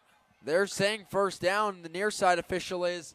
Yeah, he is. Oh, wow. First down, Space Coast. What a play by Zion Sandy to extend the drive with his legs on a 12-yard run. They're going to play hurry up here with no more timeouts. First and 10, Space Coast at their own 45. 1:25 to go in the first half. Sandy in the shotgun with McDonald. Under 1:20 to go in the first half. Sandy rolls out right again. Pump fakes, throws down the sideline, has his man to the outside. It is caught to the outside, out of bounds for a gain of 8 across midfield. And that's going to make it second and short. That was a good catch there, toe tapping on the sidelines. getting out of bounds, stopping the clock. Looks like it was D. Parker that time hauling it in on the outside. The defenders all thought he was out of bounds. Was not. Got the 1 foot down in bounds that he needed. 2nd down and 2 for Space Coast at the Umatilla 47. Clock stop with 1:10 to go here in the first half. No timeouts left for Space Coast. Running back motion out of the backfield. They will throw the swing pass underneath, trying to get upfield. Nowhere to go. And that's going to go for no gain on 2nd and short. Makes it 3rd and short on the swing pass out to Cole Gamble. The clock's ticking. We're under a minute here now. You got to go real quick. 50 seconds to go in the first half. 3rd down and 2 for Space Coast at the Umatilla 47-yard line. And they're just letting the clock bleed right now. Only 40 seconds to go in the half. 3rd and 2 for Space Coast. Sandy turns, gives Chris McDonald up the middle. Has got the first as he picks up 3 on 3rd and short. Makes it 1st and 10 Space Coast to the Umatilla 44, but they only have 28 seconds. They're going to have to clock this. Space Coast will spike it with 24 seconds to go. That'll make it 2nd down and 10. Situation like this where you wish you had some timeouts in your back pocket. They used 2 in the first quarter, 1 already on this drive to run them out.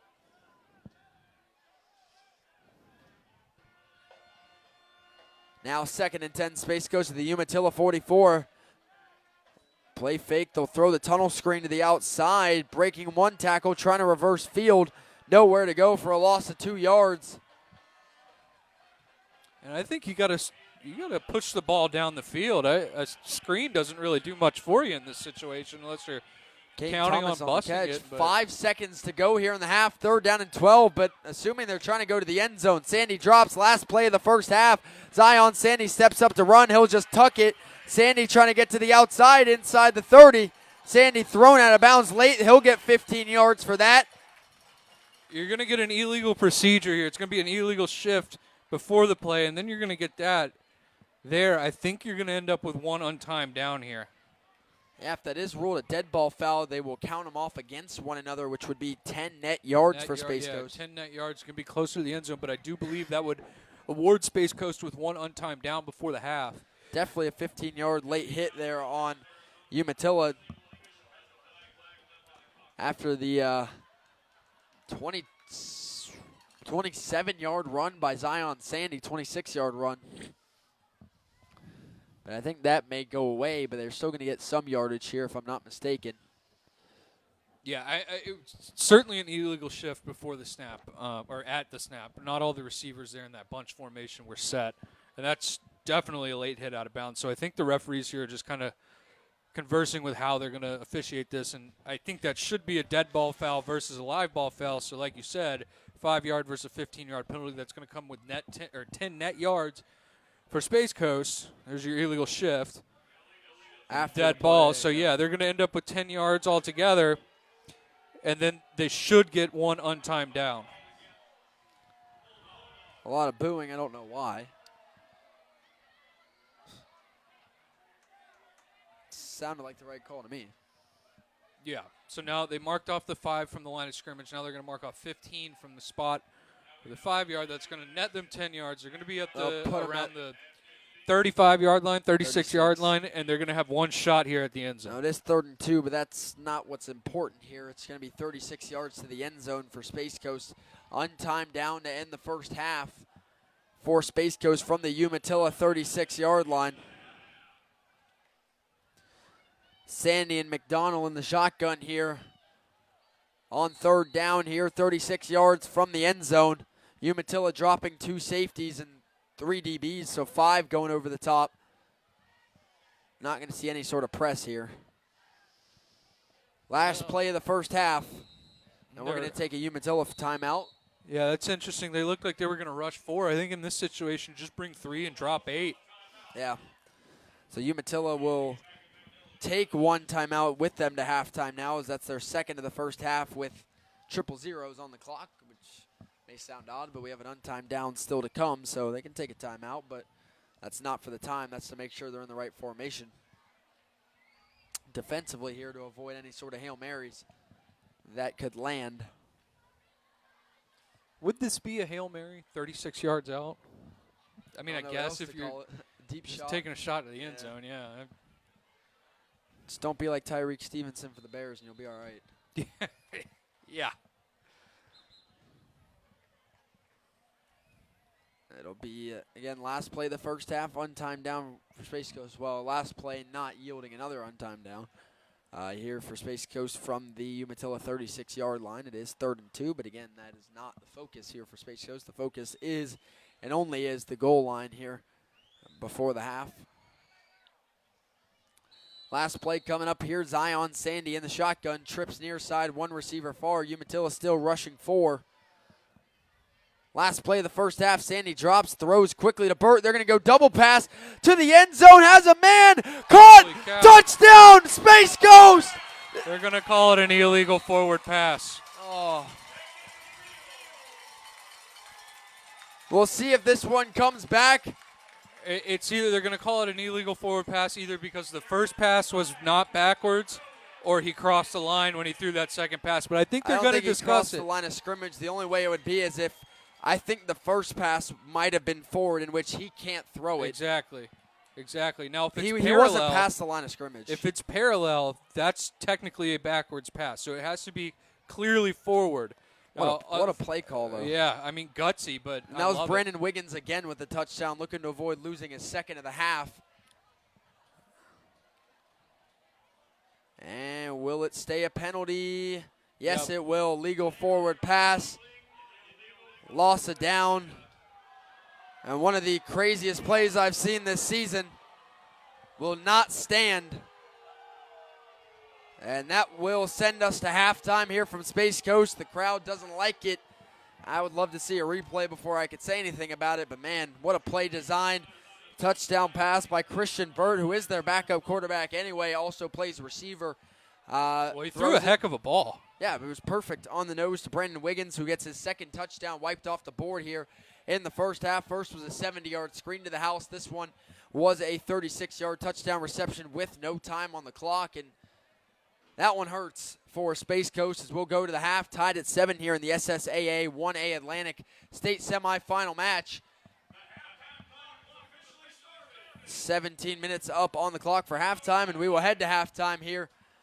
And myself and Logan Pettit will take a break. If there's any halftime show, you'll see it, but if not, we'll see you in 17 minutes for the start of the second half. Still tied at 7 here from Space Coast despite a heck of a play to end the half that will not stand.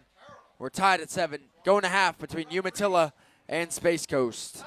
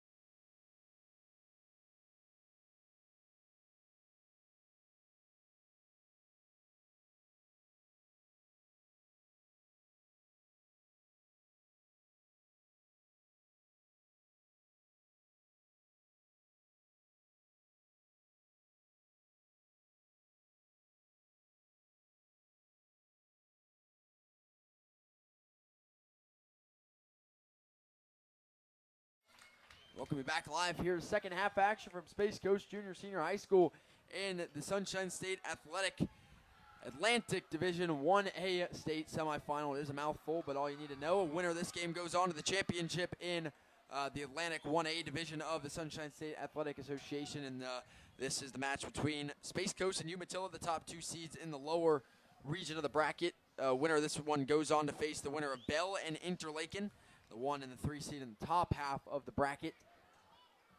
And our other game on the Brevard Sports Center tonight, Merritt Island Christian, the 11-0 defending state champs, are trailing Countryside 24-6, needing a big second half comeback to come back and advance to 12-0 and look to win a second consecutive state title under Coach Matt Handwork. On here to start the second half, the last play of the first half, big touchdown for Space Coast, called back due to an illegal forward pass off the double pass play. And now we will get set to start the second half. Umatilla will kick off to Space Coast. This game is tied at 7. Chip shot kick to the outside. Space Coast just going to fair catch it and take the good field position at about their own 32-yard line. First down and 10 Vipers to start the second half. First half drives, they had a touchdown, an interception, a punt, and the touchdown that was overturned by the penalty ran out the clock on the first half on their fourth drive. Had it all. Biggest thing to note has been the penalties. A lot on defense, but on offense as well. They had a holding penalty that took back a 70-yard touchdown. The illegal forward pass took back a 32-yard touchdown. I mean, that's 100 yards of plays and 14 points off the board, and the Vipers now stay tied in this ballgame. Yeah, just situations where, kind of unfortunate. And talking about a different ball game if those penalties are cleaned up a touch. First down and 10. Space Coast at their own 30-yard line to start the second half. Tied at 7 here with Umatilla. Man in motion coming across. High snap brought down. Sandy turns, gives to Chris McDonald, who slung forward for a gain of about 2 or 3 yards on first down. Will make it second down and 7.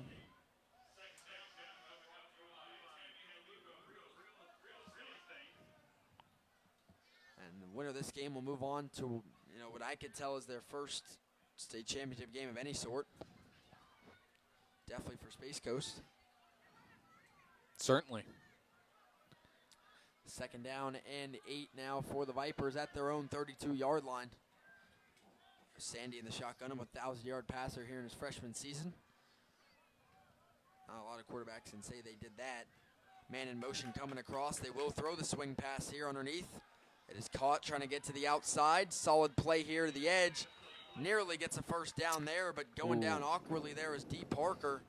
At the end of that one, he's still down. Yeah, he landed very awkwardly there. That's not what you want to see. Parker's still down on the play after the bubble screen. Went down quickly there on that leg. Kind of rolled up over it. Injury timeout here. No, I think they're going to continue playing. Yeah, he's on the sideline, yeah. So they will not have D. Parker on the field. Oh, he's getting up. Okay, yeah, that's good to see because that can be scary when you come down like that. Parker is all right. And now it is third down and 2 for Space Coast at their own 38-yard line. Zion Sandy turns, gives to Chris McDonald, trying to stretch it to the outside. McDonald's got a first down and more. And there goes Chris McDonald across the midfield inside the Umatilla 45. His biggest run of the night makes it a Space Coast first down and 10 up to the Umatilla 44-yard line. Yeah, good run, reminiscent of that touchdown run on the opening drive there. Just kind of gets to the second level and almost parted those two defenders. Now over a minute into the second half. Here it is, first down and 10 for Space Coast at the Umatilla 44-yard line, as the Vipers haven't scored since that opening drive in which they were capped off by a 24-yard touchdown run by Chris McDonald. First down and 10 for Space Coast at the Umatilla 44. Sandy drops back, throws a quick screen underneath to Wiggins. Wiggins trying to get to the outside, using that speed again as Wiggins up across the 35. Brandon Wiggins will make it another Space Coast first down. Wiggins was on the receiving end of both of those big touchdowns in the first half that were called back, so no touchdowns for him tonight. But well, he's got to be itching for one, huh? Yeah. First down and 10, Space Coast at the Umatilla 34-yard line.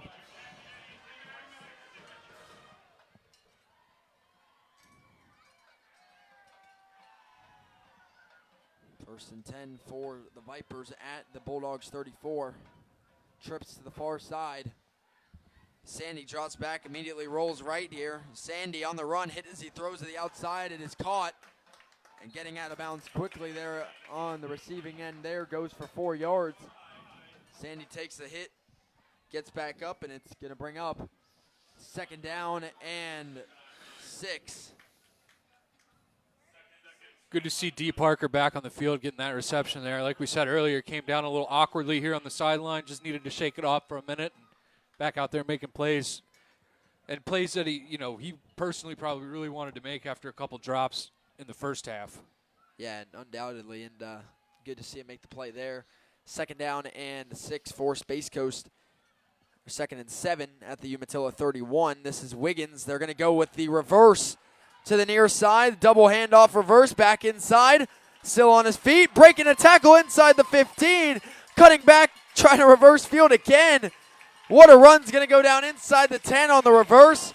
No flags. That goes for 20 yards. First down coming up for Space Coast on the play there by Caden Thomas on the reverse. What a run, man. Holy cow. Breaking tackles, juking people out, cutting across, back across the field. What a gutsy call there for the reverse. I like the play calling and the diversity we've seen from this offense tonight here for Space Coast under offensive coordinator Jake Owens. Also head coach Jake Owens, but also the offensive coordinator. First down and goal. Space Coast at the 9-yard line after the reverse. Goes for 22 yards. Hand off to Chris McDonald underneath. Cuts it inside and stumbles forward for a solid gain on first down. Gets him to around the 5. It's a gain of 4. 2nd down and goal. Space Coast at the 5.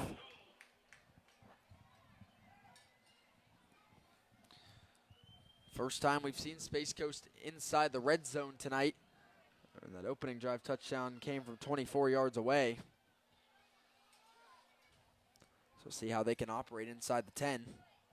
It was big runs. I mean, the big run got him a first down, or the first touchdown. This big run on the reverse really set him up here in scoring position. 2nd down and goal. Space Coast to the 5. Motion again. Another handoff to Chris McDonald. Right at the middle. He's in. Untouched. Touchdown, Space Coast. And from 5 yards out in the opening drive of the second half, just like they did on the first drive of the first half, it's Chris McDonald from 5 yards out to put the Vipers back in front. Yeah, good script on both openings of the first and second half. They're getting down the field, scoring with relative ease. Really no negative plays on either one of those drives. And great job there to punch one in again. Even bigger, no penalties for the Vipers on that drive. Keeping it clean, moving down the field in a nice opening drive here. Capped off by a 5-yard touchdown run by Chris McDonald. Extra point is good. And with 8:18 to go in the third quarter, Space Coast jumps back in front of Umatilla 14-7.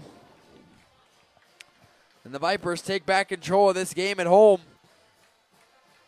Now it'll come on the defense to make a stop.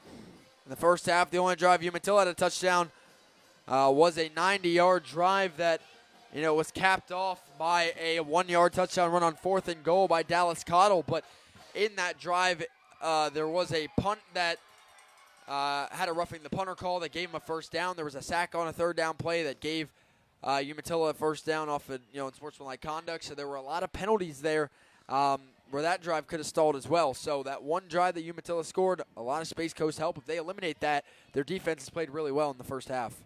Yeah, absolutely. I mean, it's been, some things out of their control, some penalties they could control, but if you take those away, I mean, they really put Umatilla in uncomfortable situations offensively.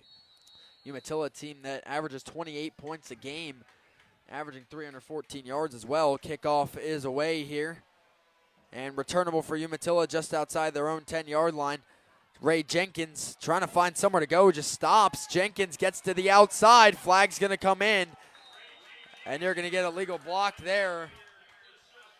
Taking a hard hit there was Damian Balder. Yeah, definitely going to be a block in the back there, and that player's slow to get up. He Bowder, is up, though. Yeah, walking off here, a little shaken up was Damian Bowder. Flags all over the field here off the return by Umatilla. That was about 15-yard return, but it's not going to stay that way here for the Bulldogs. 8 minutes to go in quarter number 3, and you're going to get a legal block in the back on Umatilla.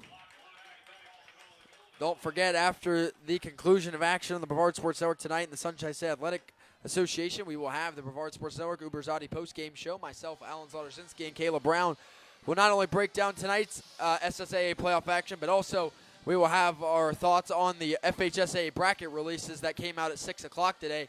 Boy, there are a lot of thoughts to be shared. First down and 10 now for Umatilla back at their own 11-yard line. Run right up the middle by Dallas Cottle, goes for a short gain on first, makes it 2nd down and 9.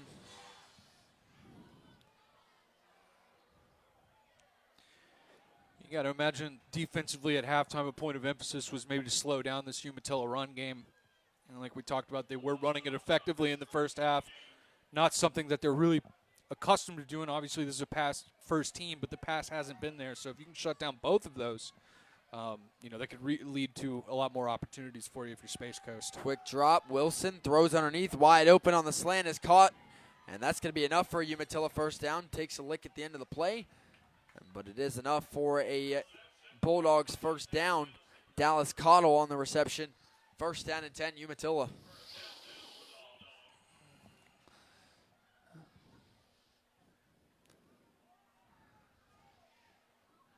I don't know where the next round championship game would be hosted. I'm thinking it may just be the higher-seeded team hosting, but I don't know. So don't know what could be next for these teams in that case, but winner of this game goes to the 1A title game. They're going to go for a jet sweep here on first down for Umatilla, and that will go for a gain of about 2 or 3 there for Ray Jenkins.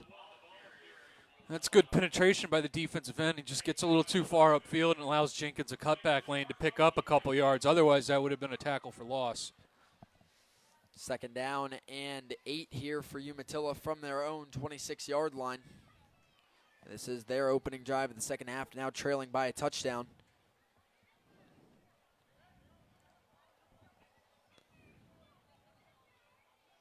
Second down and 8 for the Bulldogs. Man in motion coming across. It's a direct give underneath to the running back, who's going to get a yard, if that. There on the run by Dallas Cottle. That will make it 3rd down and 8. There's going to be a flag on the field. Stop me if you've heard it. Probably a hold, if I had to imagine. Yeah, flag down at the line of scrimmage. It is going to be a hold here on Umatilla. And that's going to back them up now for 2nd down and 18.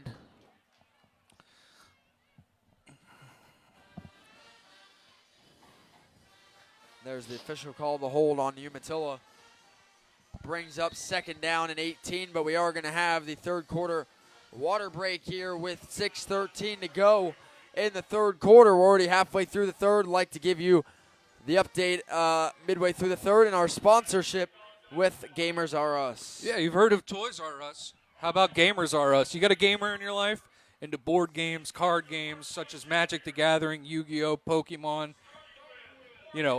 all the big ones. You got somebody that's into video games, board games, tabletop games, role-playing games such as Dungeons and Dragons, or things of the like.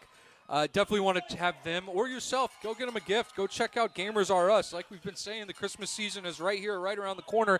Now's the time to get that shopping done. So for you or your gamer in your life, go check out Gamers R Us. It's Gamers with a Z at the end of it. They're located in Cocoa, Florida at 801 Dixon Boulevard.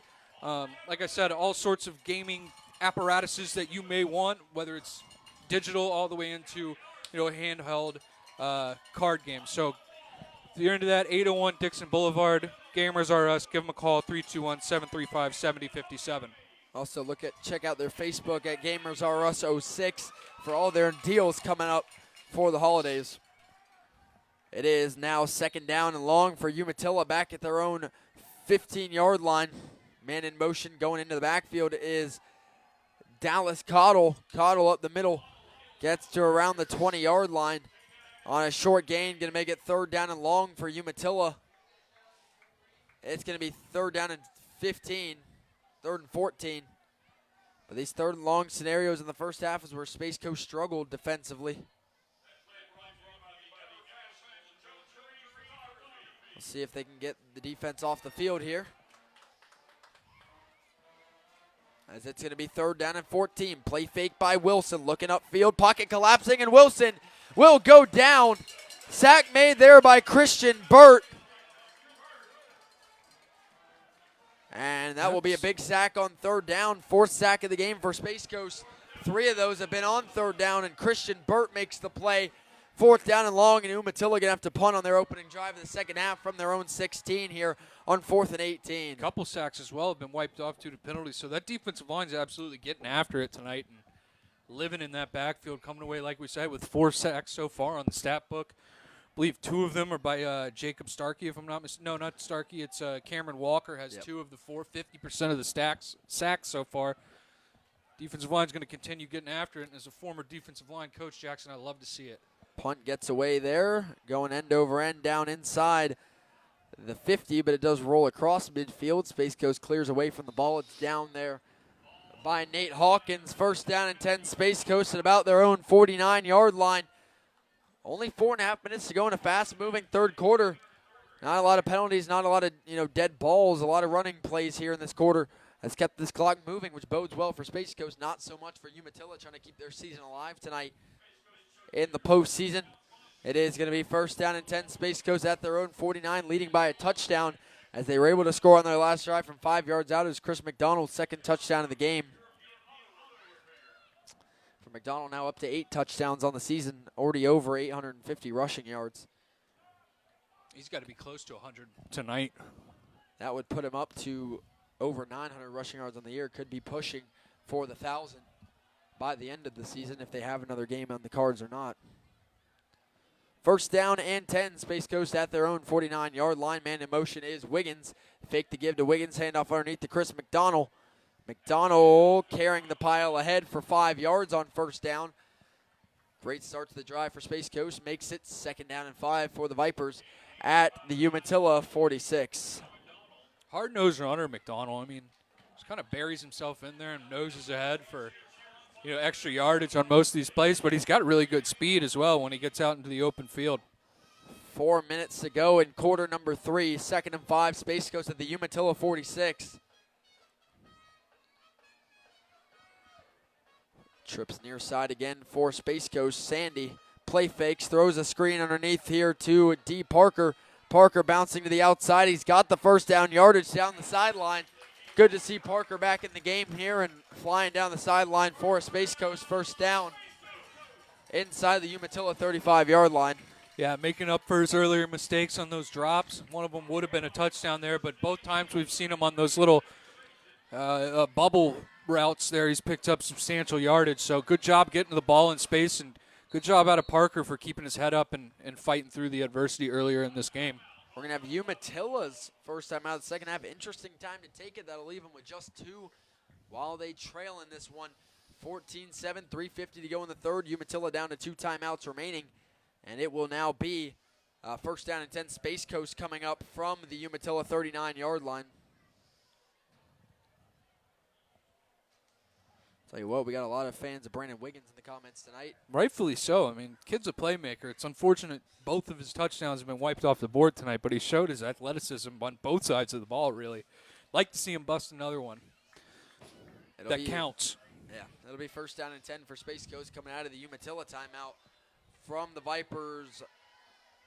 First down will be from the Umatilla 39 as the Vipers lead by a touchdown. And I think it'd be big here to go up by 2 scores because I don't know if Umatilla can, I don't know their ability to come back in this game. It's been tight, but I do feel like Space Coast has had the upper hand and momentum throughout the night, and they could go up by 2 scores heading into the fourth quarter. That could be huge. Oh, it'd be massive here, especially if they can bleed some more of this clock. Sandy in the shotgun, first and 10, Space Coast at the Umatilla 39.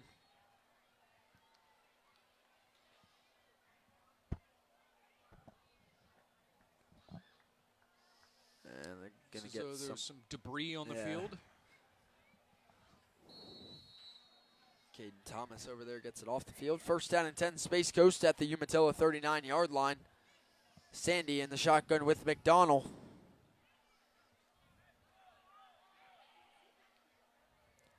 For first down and 10, Zion Sandy turns, gives to Chris McDonald. Hit quickly in the backfield, sheds a tackle. McDonald shoots ahead for a gain of 4 yards on first down. Nice play there by Chris McDonald to keep those legs moving. Makes it second down and 5 for Space Coast at the Umatilla 34. Yeah, nice run by McDonald. That was really all him there. He was almost dead to rights there in the backfield. Good lower body strength. That's where the squat rack pays off in the offseason. Shed that tackle and go pick up some good yardage. 2nd down and 5 for Space Coast at the Umatilla 34-yard line. Sandy play fakes, turns, throws to the jailbreak screen on the far side. Looking to get some room to run, dragging defenders across the 30. And that's going to be a Space Coast first down. Nice play made there by the Vipers on the reception. It was Caden Thomas on the jailbreak screen. They're not going to give him the first, it doesn't look like. It's going to be 3rd and inches. I think we may get a measure here. We already had one. I think this one might warrant more of a measure than the first one that we saw. This one looks pretty close. Like first down. I thought he got it, but we'll see. This one's definitely a lot closer than the first time they came out and measured it. Yeah, they are going to come to measure here. Clock stops with 2:51 to go in the third. Big call here. It'll either be 3rd and inches for Space Coast or 1st and 10. Lined up at about the Umatilla 29 or 28 and a half. I think they should have it here. Oh, yeah. By half a football, he's got it. There you see it. First down, Space Coast. As they come out to measure and they flip the call. And the Vipers will have 1st and 10 now at the Umatilla 29-yard line.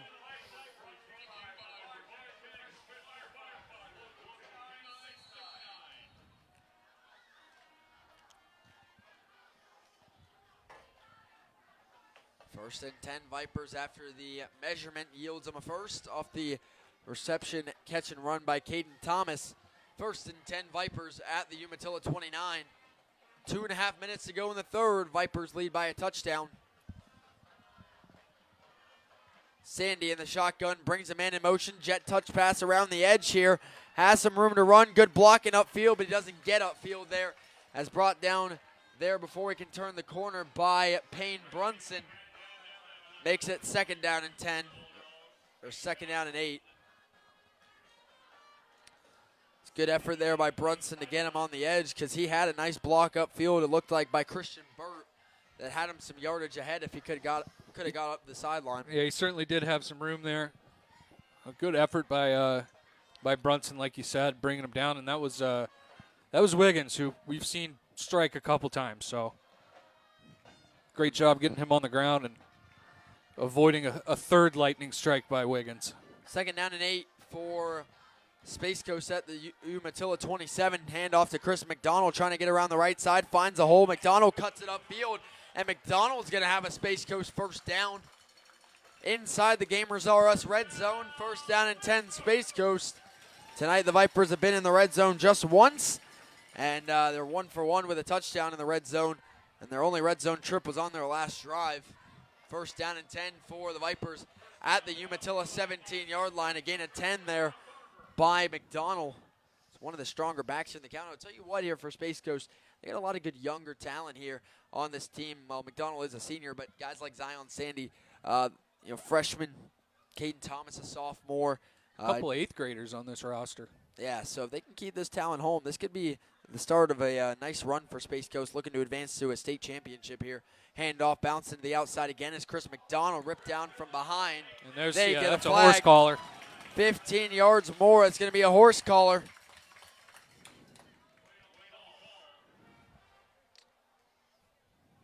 I assume the horse collar, judging by where and when those flags were thrown. 47 seconds, all that's left in third. The best case scenario here is if Space Coast can run out the entirety of the third quarter and then get in the end zone to start the fourth. That would be picture perfect. Yeah, that really puts some pressure on the Umatilla offense, who has only had one possession so far in this second half. And there it is, the horse collar tackle, which I'm guessing will be a half distance to the goal here. In some sort, it'll be 1st and goal coming up for Space Coast. With under a minute to go in the third quarter, they lead by a touchdown.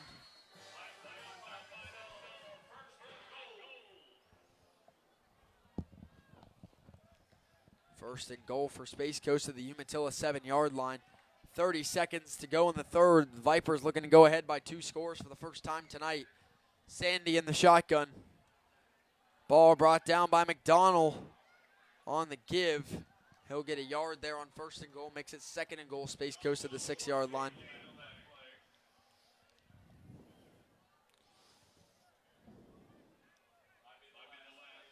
And I think Space Coast is just going to let it run out here and take us to the 4th quarter. For one of these teams, it's the final quarter of their season in this Atlantic 1A semifinal game. Winner to the championship, loser. It's on to 2025. Right now, the Vipers with the upper hand by a touchdown. And to start the 4th quarter, they're going to have 2nd and goal at the 6-yard line. Now, big opportunity to the Vipers to go up by 2 scores into the 4th quarter. And mind you, Umatilla only having 2 timeouts left. Either way, never say never for Umatilla. Seen crazier things last night. Astronaut coming back in a big way there to knock off the Villages. Not what Vipers fans want to hear, but crazier things have happened. Nevertheless, it's a big play here for Space Coast coming up to start the 4th. Last 12 minutes go up on the clock for one of these two teams' seasons. 2nd and goal, Space Coast to the 6 coming up.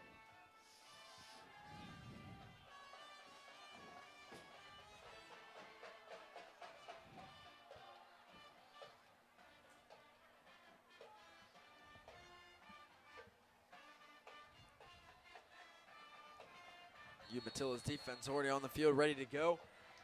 We'll see what Space Coast draws up here on 2nd and goal at the 6-yard line. Vipers lead by a touchdown. Umatilla still hasn't scored since, I believe, the 1st quarter. Space Coast looking for their 2nd touchdown drive of the 2nd half alone. And they've done so running the ball pretty effectively in the 2nd half. We're going to hit them with a delay of game. Yeah, we're going to get a flag here. They took a while. Not the start you want to have to the 4th of your Space Coast.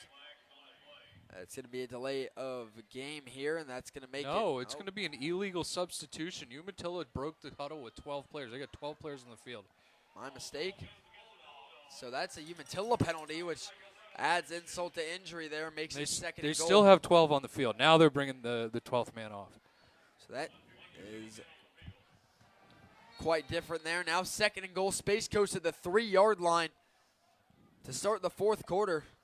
A lot of players in the backfield here. Sandy turns, gives to Christian Burt, who is not going to get in. He'll only get a yard, if that, on 2nd and goal. It's going to be 3rd and goal now for Space Coast, just outside the goal line. You got 2 plays to pick up a yard here, I do believe, though. I'm a firm believer if it's 4th and goal from the 1-yard line, you go for that 10 times out of 10, because if you don't get it, again, I've said it earlier, you're forcing the other team to have to go 99 yards.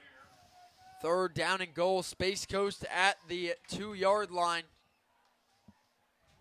Standing the shotgun with Burt and McDonald. Turn, give to Christian Burt again at the middle and in, untouched. Touchdown, Space Coast. From 2 yards out is Christian Burt with the touchdown run for the Vipers. And the senior takes it in for the touchdown run, and the Vipers will go ahead by 2 possessions for the first time tonight with 11:19 to go in the game. And that's what got him there, was pounding the rock, and continue to do that. And that's 3 rushing touchdowns on the night for these Vipers, and really came alive here in the 2nd half. Burt with a 6th touchdown of the season, and he was the one who threw that double pass at the end of the half that got called back. He gets his touchdown anyway. Extra point is up and good. And with 11:19 to go in this game, the Vipers lead by 2 touchdowns over Umatilla, 21-7. As of right now, Space Coast 11 minutes away from advancing to the Atlantic 1A championship game.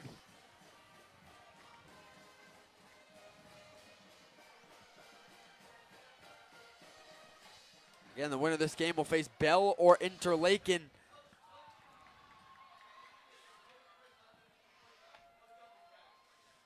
In the championship game next week.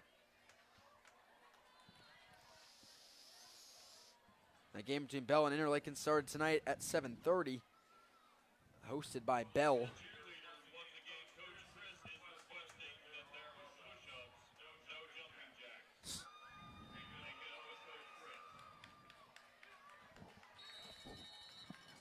Back to kick off here is Space Coast.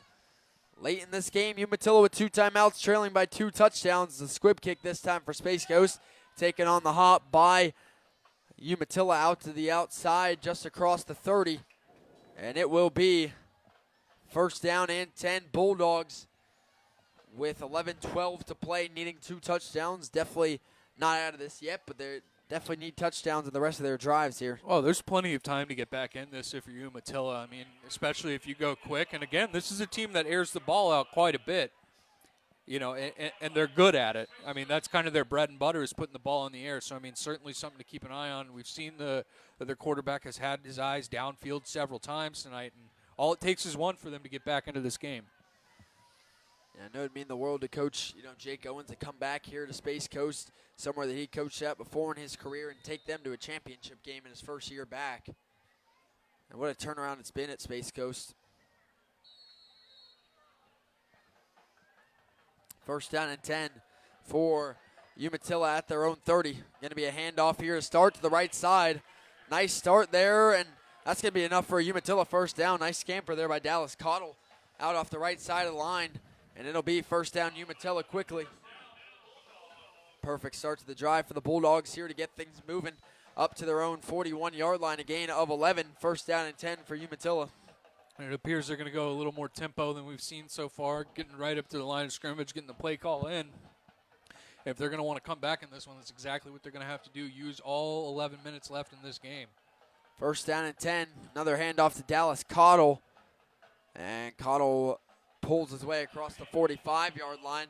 A gain of about 5 yards on first will make it second down and 5. Bulldogs here now with 10.5 minutes to go. And I guess they're using the run game while they still can, because at some point in this game, the clock's not going to allow them to run the ball anymore. Well, you got to imagine they're trying to set up a deep shot off of play action. They're just going to throw it here to the outside, wide open, caught, first down the sideline, out of bounds. Inside Space Coast territory quickly. There was Keegan St. Amant. The reception there from Josh Wilson. And if you're Space Coast here, you can't rest on your laurels. I mean, I know, you're up 2 scores, but, there's plenty of time for Umatilla to get back into this game. You need a pretty stout defensive performance. I mean, getting off of the field here defensively is going to be huge. And this one going to be a run to the outside. Dallas Cottle around the right side of the line again, nearly gets a first. He'll pick up 9 more yards. Umatilla marching down the field quicker than any other drive tonight. It's going to be second down and about 3 for Umatilla at the Space Coast 39. Under 10 minutes to play here from Space Coast. Umatilla marching down the field, trailing by 2 touchdowns. Second down and 3 for the Bulldogs. And here's where you might want to expect a shot. Second and super manageable. Well, Space Coast is going to take a timeout here, so. The Vipers take their first timeout of the second half with 9:37 to play here, as they do lead it 21-7. Trying to slow down the momentum of this Umatilla offense with a timeout here from Coach Jake Owens.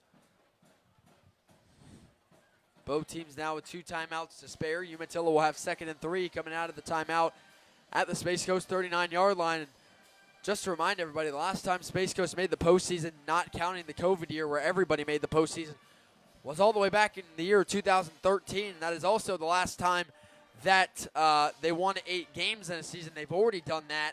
And also that was part of the last stint Jake Owens had here at Space Coast. So a lot of familiarity in that sense with 8 wins, playoffs, and Jake Owens, but familiarity from 11 years ago. Yeah, and, this is a coach that's been here before at a program he's been at before. So, I mean, you said it. He knows what it takes to win at Space Coast, and kind of seeing the fruits of his labors here early on in his re-career, I guess you could call it, here in Port St. John. Second down and 3. Wilson drops back to pass, going for it all here down the sideline. One-on-one, nice ball, caught. Touchdown, Umatilla. And the Bulldogs are right back in it in the blink of an eye. What a ball from Josh Wilson to Keegan St. Amant. No flags. Touchdown, Umatilla. And did I call the shot or what? Yeah, he did. 39-yard bomb for the Bulldogs. This is one-on-one, single coverage there on the outside, and puts the ball nice high into the inside, allows his receiver to get up underneath it and Good diving catch there, right there at the goal line to come away with the touchdown. Wilson's 24th touchdown of the season. St. Amant's second receiving touchdown, and it's a 39-yard shot. What a throw over the top of the defense. They take the top off and laying out to go get it with St. Amant. Extra point unit on here to cut it to 7 with 9:28 to go, and this game still well far from over. Extra point, chipped wide right, no good. And with 9:28 to play, the Vipers lead will stay at 8. As that one kicked awkwardly, almost looked like he kicked the dirt first. Chipped that ball short and right. That makes it 21-13 and now forces Umatilla, if they're going to score, to go for 2 to tie the game. Yeah, it's certainly not what you want if you're Umatilla. I mean, every point matters when you're trying to mount the comeback, albeit only a 14-point comeback, but makes it that much harder. Like you said, if they are able to score again, and if they're able to hold Space Coast to no points here, go down the field and score, they're going to make it that much harder on themselves where they're going to have to go for 2. Otherwise, That's something we saw happen last night. Astronaut missed an extra point early, then failed 2 more 2-point conversions. They were down by, a good amount late. Then Villages missed an extra point of their own, which ended up giving Astronaut enough to kick the game-winning field goal and win by 1 instead of tying there. So extra points do mean a lot, so it makes the battle a little bit more uphill for Umatilla. But still a lot closer than it really just was, with that touchdown marching right down the field and capped off with a 39-yard touchdown pass from Josh Wilson to Keegan St. Amant. We got whistles here as the kickoff just got away.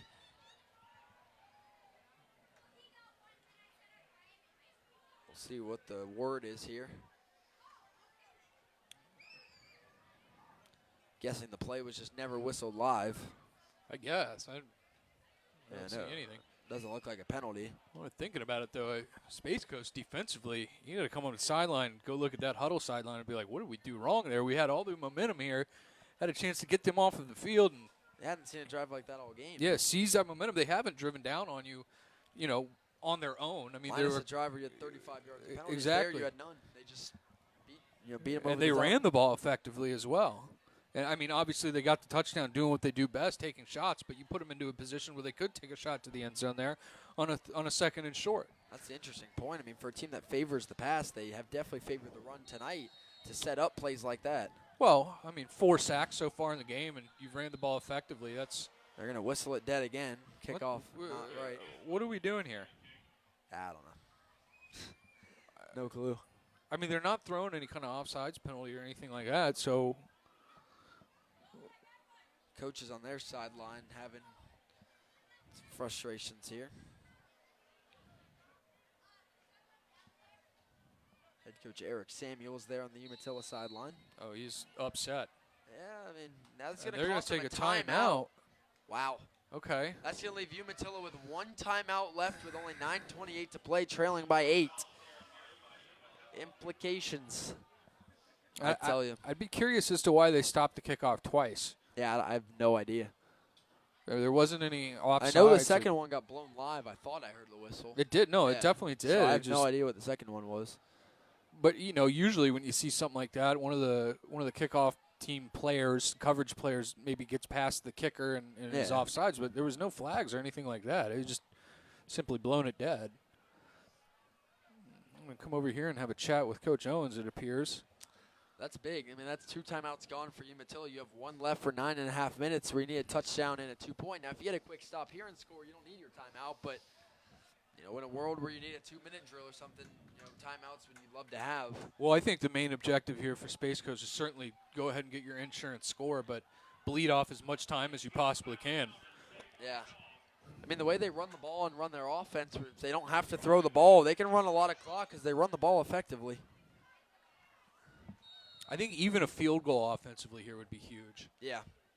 I mean, depending on how much time is left when you do that, definitely. Pounders chips it to the outside, takes a bounce, still rolling. Space Coast has got to get it, scoops it up, running backwards. Now going to reverse field up towards the 25-yard line, just gets across the 20. And that's where Space Coast will take over with some of their worst field position of the night. It'll be first down and 10 Vipers at their own 21-yard line. 9:21 to play. And you got to go into this drive knowing that they have one timeout left. I mean, I know there's 9 minutes and 20 seconds left in the game, which is an eternity at this point. But you got to know, hey, we don't need to get up to the ball and snap it immediately. We can bleed some time off of this. Even if you end up punting on this drive, which obviously you don't want to do, you really only want to be punting with, you want to take off 5-6 minutes. 5-6 minutes if you can, yeah. First down and 10, Space Coast at their own 21-yard line, leading by 8 here with 9:21 to play in this game. This game, which is a state semifinal game with a chance to move on to the Atlantic 1A championship game next week. First down and 10, Space Coast at their own 21. Man in motion is Wiggins. Fake to Wiggins. Give up front to Chris McDonald. McDonald looking for his hole. Doesn't find one. No gain on first down for Space Coast. Not the way you want to start the drive there. Second and 10, Space Coast at their own 21. Not exactly the way you want to start it, but not the end of the world either. I mean, you stayed in Clock does bounds. You roll. went down. It's at least 40 seconds. You're going to bleed off of this clock, so you're going to get probably about 8 minutes and 45 seconds when you snap this ball. Second down and 10, Space Coast to their own 21-yard line. Umatilla side getting fired up really for one of the first times tonight. They brought a nice crowd over from Central Florida. They're going to throw here. Wiggins on the screen trying to bounce to the outside. Wiggins gets around the edge. Goes down awkwardly there. He pops right up across the 25-yard line. Big third down here for Space Coast, looking to keep this drive alive. Huge again, but stayed in bounds. That's 40 more seconds you're able to bleed off this clock. Now, certainly you want to pick up a first down here. You need 6 yards here to keep this drive going and 6 yards to potentially send yourself to the state championship game in your classification. Third down and 5 for Space Coast at their own 26-yard line. Sandy tries the hard count, no movement. Clock ticks under 8 minutes to play here from Space Coast. Vipers lead by 8.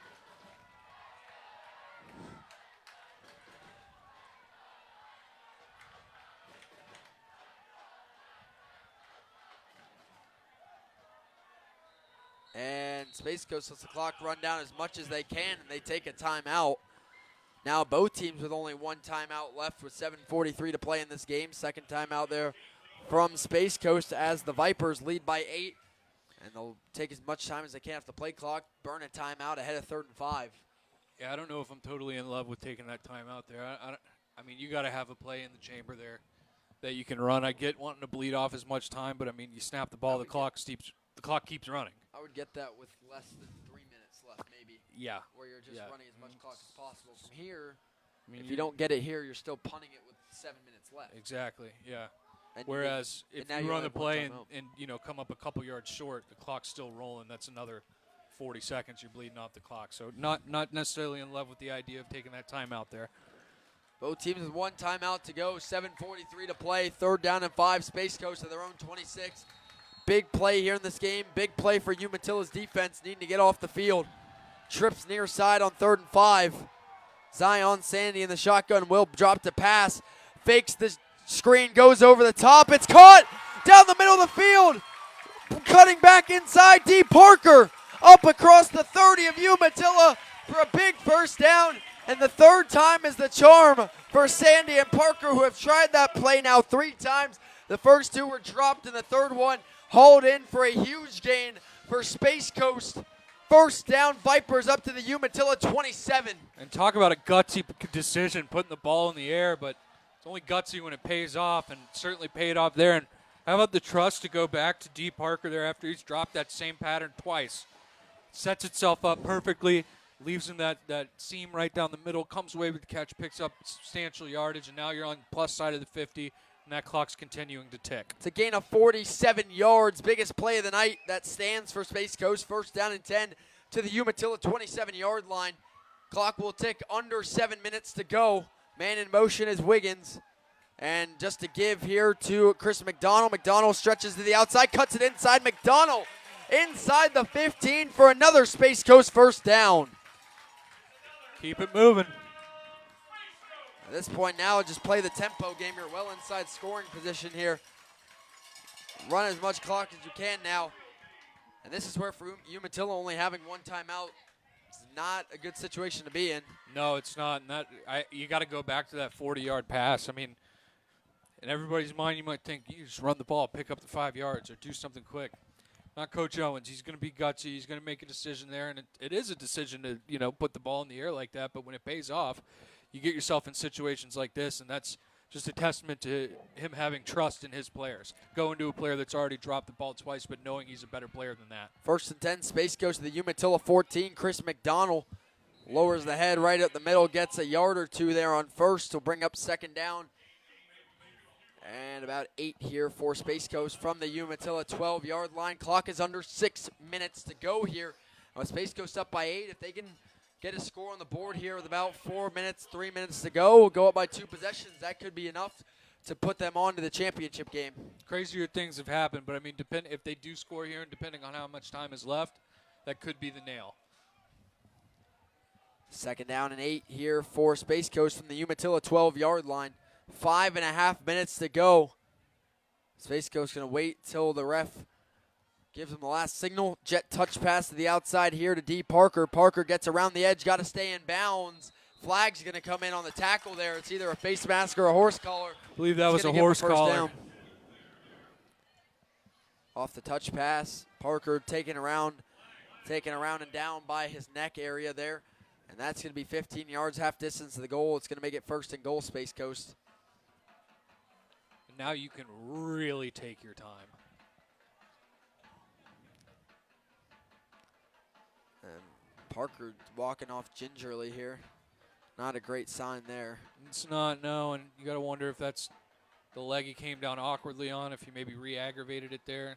Tell him to just go down. Go down, yeah. I mean, if I'm Space Coast here, just depending on how the game goes the rest of the way, I may keep him out. That's a guy you want for a championship game if you're there. A senior receiver.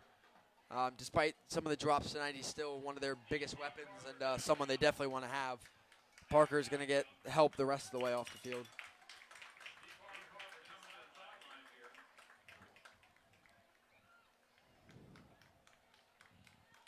Let's come back out after the penalty. It's now 1st and goal. Space Coast at about, looks like going to be the 5-yard line. 5:21 to play in this game. Vipers lead by 8. Winner of this game goes on to the Atlantic 2A championship game here in the Sunshine State Athletic. Of our 2 SSAA 11-man teams, Bayside already fell in the opening round of their tournament. Space Coast looking to go to a championship. An 8-man. Last time we saw Merritt Island Christian was trailing Countryside, which could end their undefeated season, looking to go back-to-back as state champs. Calvary Chapel, haven't seen a score for them tonight. Our 2 8-man teams still alive in their respective playoffs. But all Merritt Island Christian, Calvary Chapel, and Space Coast are all 1 seeds in their tournaments. Instead here with the half distance to the goal, it's going to be 2nd and 1. So 2nd and 1, Space Coast at the Umatilla 7-yard line. I wonder if they declined the penalty to get the clock to start. I feel like you went out of bounds a little bit farther back than where they mark it now. You may be right, and the clock's not rolling, so never mind. 5:21 to go. Sandy in the shotgun for 2nd down and 1.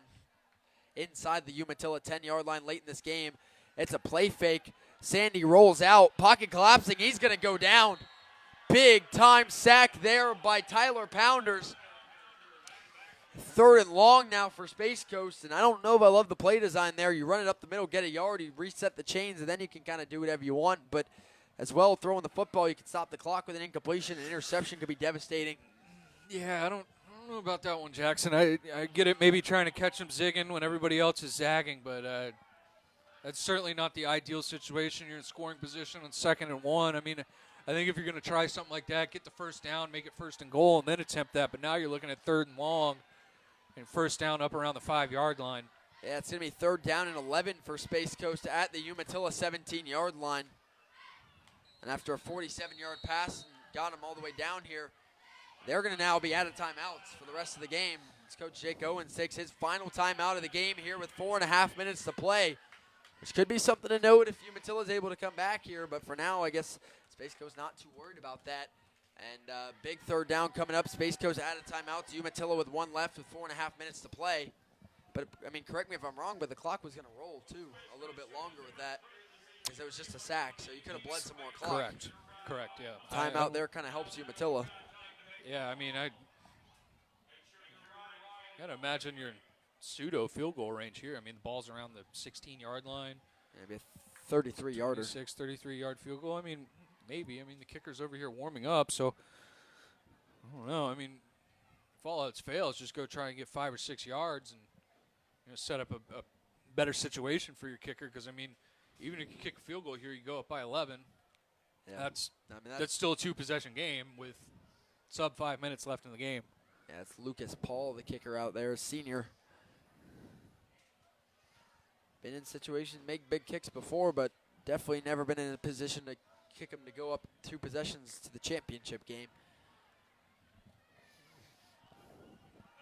3rd down and 11 here for Space Coast from the Umatilla 17. First down line to gain would be the 6-yard line. Sandy in the shotgun here with McDonald on 3rd and 11. 4.5 minutes to play.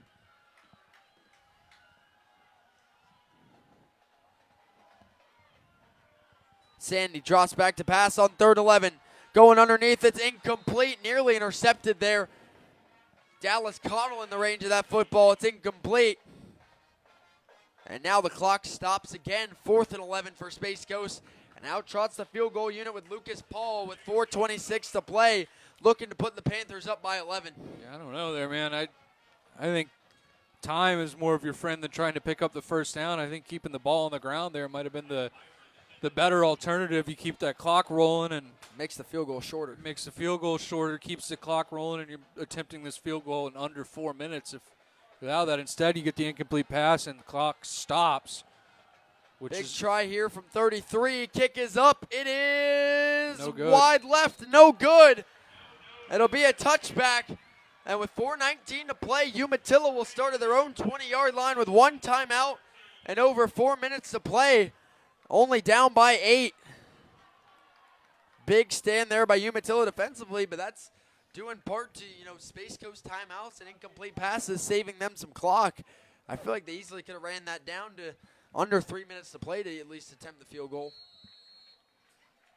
And he had the distance. It was just wide left. Now for Umatilla, you need a touchdown and a 2-point to tie it. It's your only option. Yeah, I mean, we saw a big passing play. It's what got them into a 1-possession game, and you got to. I mean, they're going to go 5 wide here. You got to imagine they're going to air this out. Empty set. Wilson throws to the outside, wide open underneath again to the outside. That's a quick Umatilla first down to Keegan St. Amant. I think they've run that play 3 or 4 times, and he's been wide open every single time. Clock ticks down, 4:11 to play as it stops for the first down. And it's 1st and 10, Umatilla up to their own 32-yard line, a gain of 12 by St. Amant. Again, they'll go 5 wide. Josh Wilson in the shotgun for first down and 10. Wilson drops back to pass. Pocket collapses, rolls out to his left, steps up and throws over the middle. It's caught. And still on his feet. It's another Umatilla first down. There to Dallas Cottle underneath for the first down up around their own 45s. Again, Umatilla just marching right down the field. And when it's mattered, Umatilla's offense has been able to move with some tempo. First down and 10, Bulldogs to their own 45-yard line. 3.5 minutes to play here from Space Coast. Winner of this game is going to the championship. Wilson drops back to pass, steps up in the pocket. Josh Wilson's going to take off across midfield. And Wilson's got another Umatilla first down, but hold on. We got a flag back at the original line of scrimmage. Big play is not going to stand.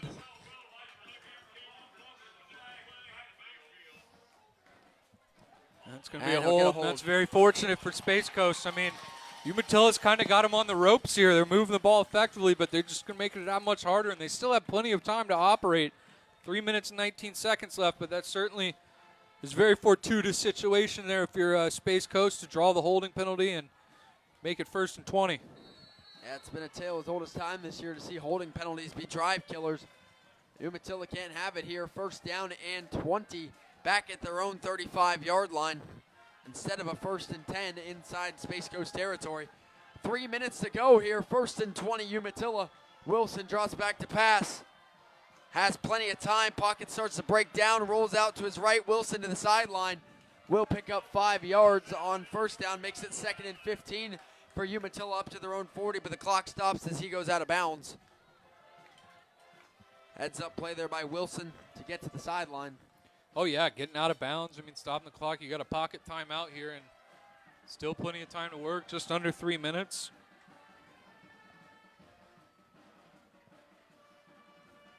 Under 3 minutes to go. 2:54 to play when the clock stops. 2nd down and 17 for Umatilla at their own 38-yard line. Empty set again for Wilson, 5 wide.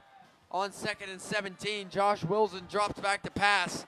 Stepping up in the pocket, pump fakes, he'll take off again with room to run, trying to get to the sideline. Wilson stays in bounds across midfield. Makes it 3rd manageable, and a nice scamper there on 1st and 2nd down. Makes it 3rd down and short for Umatilla. Yeah, 3rd and manageable after being stuck in a 1st and 20 from the holding penalties. Both times getting out of bounds, really only a few seconds, maybe 10, 15 seconds coming off of the clock in a span of 2 plays. 3rd down and 3 now for Umatilla. As that one went for 14. 3rd and 3. Umatilla at the Space Coast 48. A little early movement. Everybody gets back set. 3rd down and 3. Empty set again. Wilson, quick throw to the curl. Wide open again to the outside. 1st down, Umatilla inside the Space Coast 40. And again, it's that same play, the quick curl to Keegan St. Amant. 1st down, Umatilla. And that's Umatilla's final timeout right there. Interesting Still with decision. 2.5 minutes to go. I don't understand it, but now both teams out of timeouts with 2.5 minutes to go. As it's 1st and 10, Umatilla at the Space Coast 38. I don't know why you call it then. Still had plenty of time, and they were moving the ball down the field. Could have saved it. I don't get it. I don't either. I mean, the clock was going to stop. You picked up the 1st down. And you didn't have to rush. I mean, now you're out of timeouts. I know you're on the plus side of the 50. A little over 2.5 minutes left in the game. And I mean, certainly would have liked to hold on to that timeout in case the situation arose where you could have preferred it. It'll be 1st down and 10 now for Umatilla at the Space Coast 38. No more timeouts for either team. Remember, the winner of this game goes on to the Atlantic 1A Championship. Both these schools, I believe, looking for their first state championships in school history. I know Space Coast for sure. For Umatilla, at least I think in Max Prep's records. 1st down and 10. Umatilla at the Space Coast 38 out of timeouts. Empty set. Wilson drops back to pass. Stepping up, Wilson going to take off again. No, he pulls out of it. Wide open downfield. He overthrows him. Had Trayton Pope wide open as he pulled out of the run at the last second and just floated that ball up too high. Incomplete. 2nd and 10, Umatilla. It probably should have just taken off with it and picked up. He had about 6-7 yards there and would have been able to get out of bounds. But I get the idea of trying to find him. Just kind of a rush throw. Pulled himself back from the, stopped himself from going past the line of scrimmage and tried to find his player downfield. But 2nd down and 10 now for Umatilla at the Space Coast 38. Off the incompletion on 1st, 5 wide again. Wilson drops back, throws over the middle, and the slant is caught by Jenkins. Won't have the 1st, but he will pick up about 7 or 8 yards. There's Ray Jenkins on the slant. 3rd and short coming up for Umatilla. Interesting decision to throw across the middle of the field here, knowing that you don't have any timeouts. Now that clock's going to continue to roll. We're going to get probably about 2 minutes before he takes this snap. 3rd down and 3 for Umatilla, the Space Coast 31-yard line. 5 wide again. Josh Wilson in the shotgun for Umatilla, 3rd and 3. Got to watch this run. He throws the outside curl wide open again. It's caught. First. No, he dropped it. No, it's dropped. Incomplete. Intended for Keegan St. Amant, who he's had every single time on that route. Doesn't get him there. And they're going to switch up the package here, it looks like. This is for the game and for the season for Umatilla, now out of timeouts. This is where you want that last timeout that they just used. 1:50 to go. 4th down and 3 for Umatilla. Last chance from the Space Coast 31. And they're in Wildcat. Dallas Cottle to the right side of the edge. Cuddle's got the first down for Umatilla. Flags come in at the end of the play as well. That might be 15 more. That's a gutsy play there going Wildcat. Cottle gets him the first. Flags come in at the end of the play. Well, it's a play they scored on earlier. I mean, you know, their quarterback's done a decent job of scrambling and picking up first down, but I don't think he's necessarily a runner. So you get in that formation, and you do have to force Space Coast defense to defend all 11 players. You're going to get 10 blockers with the one ball carrier, and you know, it's kind of tough to defend that. I think it's a pretty good decision to go to that situation there on fourth down where you only needed 3 yards. Personal foul, face mask on Space Coast. That's 15 more yards. That's going to put Umatilla inside the red zone with 1:44 to play, trailing by 8.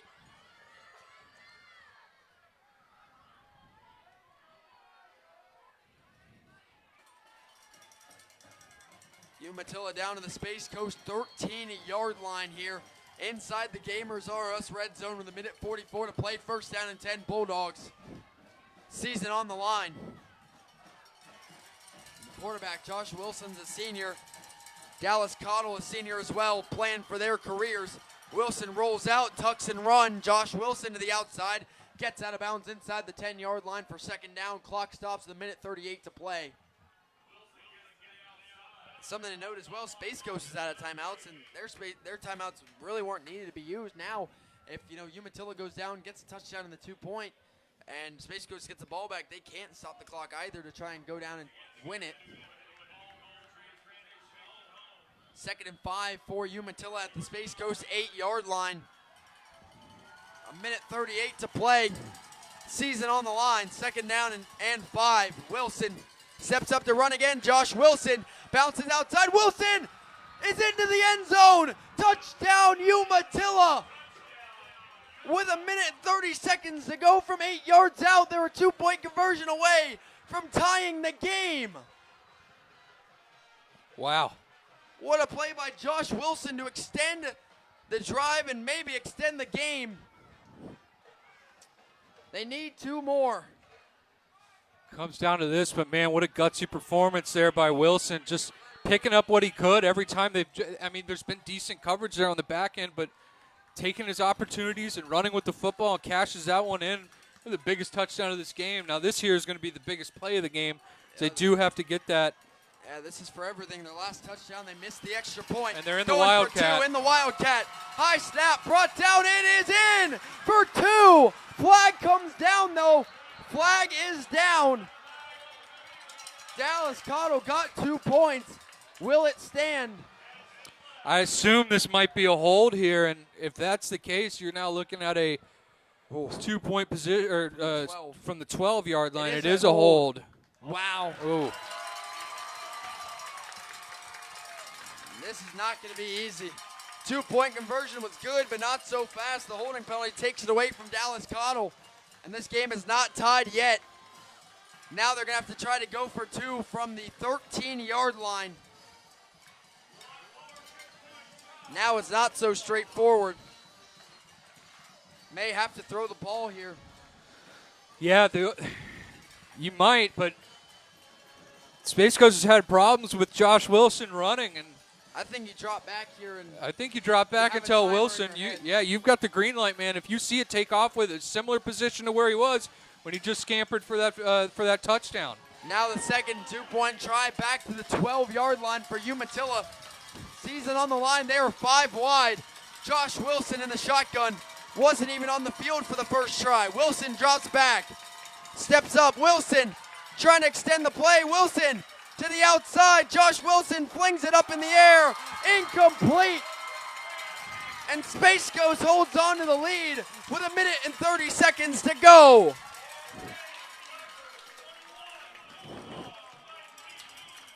And after penalties were the bane of Space Coast first half, shooting themselves in the foot, a penalty there on the 2-point conversion on Umatilla may end up sending them to the championship. Yeah, I mean, Umatilla is out of timeouts. I mean, their only hope here is to get an onside kick, something that they've really lined up in all game. Really, they've done that kind of pooch-style kick, but obviously that's their go-to is to line up like that, so they certainly have it in their arsenal. It's their last hope. A minute 30 seconds. If they do pick up that onside kick, I mean, they do have time to operate, but Space Coast, if they're able to fall on it, all they have to do is go out there and take some knees. Yeah. Then they'll be going to the 1A Atlantic Championship game 2 nights in a row up here in North Brevard County, having some thrillers. Astronaut winning last night over the Villages 21-20 on a game-winning field goal. Now Space Coast lining up to possibly win by just 2 points to go to a championship game. Unbelievable here this week in Brevard County football. Here comes the onside kick try. Last chance for Umatilla. Tyler Pounders with the onside kick to keep their chances alive. Kick goes deep. Oh, it's off bounces off his hands. Ball still free.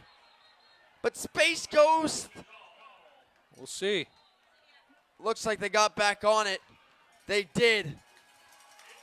Near disaster there for Space Coast. The Vipers get it back. And all they're going to have to do is take a few knees, and Space Coast is going to go to the championship. What a thrilling turn of events here at the end of this game, Jackson.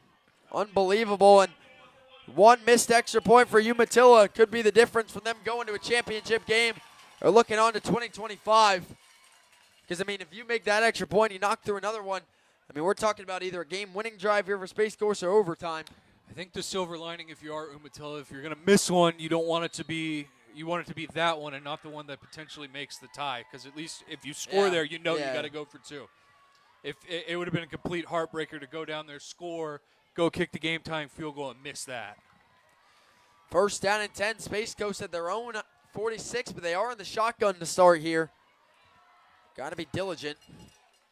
Zion standing the shotgun on 1st and 10.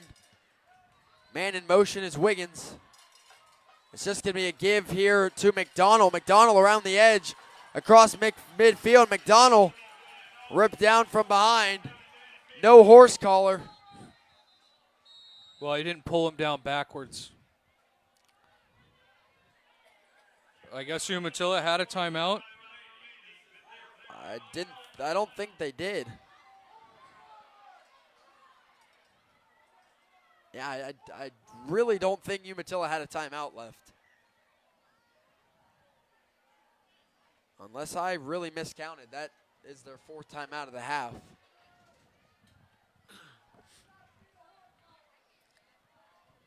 Huh.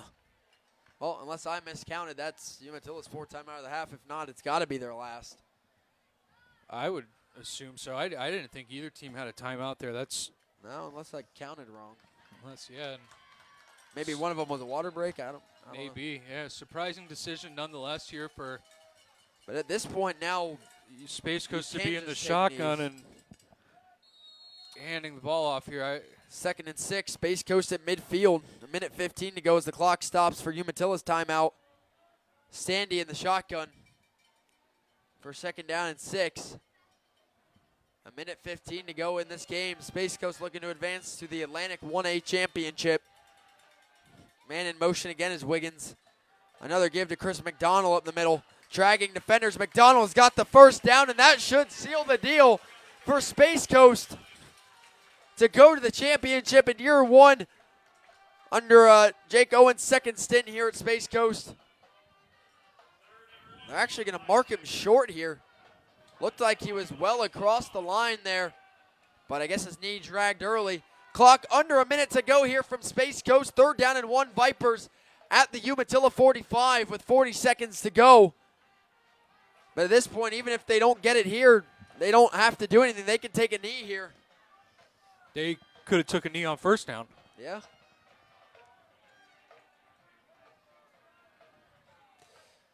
Man in motion again is Wiggins.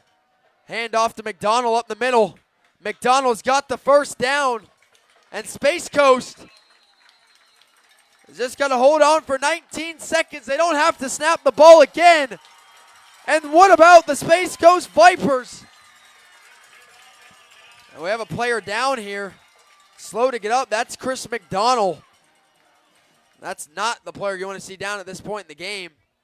Gets up under his own power there. But, yeah, I mean, you just need to take knees at this point. 1st down and 10. Space Coast at the Umatilla 42-yard line. I don't think they need to run a play. The Space Coast Vipers are going to the Atlantic 1A Championship for their first shot at a state championship in program history. How about the Space Coast Vipers as they advance to 9-3 and are going to the 1A Atlantic Championship next week? Wow, what a game. What a win for the Vipers. And congratulations to them and Coach Owens. First year back here in Space Coast and taking his team to their championship. Next week it'll be Space Coast against either Bell or Interlaken as they survive the Umatilla comeback bid here at home to advance to the SSAA 1A Atlantic title game as they defeat Umatilla in the semifinals 21-19. Umatilla will finish their season at 6-5 for their best record since 2021. But the season ends here, and for Space Coast, they advance to 9-3 and move on to the championship game next week. What a game, Logan. Your final takeaways here from Space Coast. Yeah, first time we got a chance to see Space Coast this season, at least for myself, and got to say pretty impressed with what they were able to do, especially on a big stage here. It's first time that Space Coast is going to be playing for really any kind of championship game, and was able to put it together with a young team. Very impressed by the quarterback play out of Zion Sandy, only a freshman, and way to fight through some adversity and stop a comeback bid and, get out there and escape with a victory.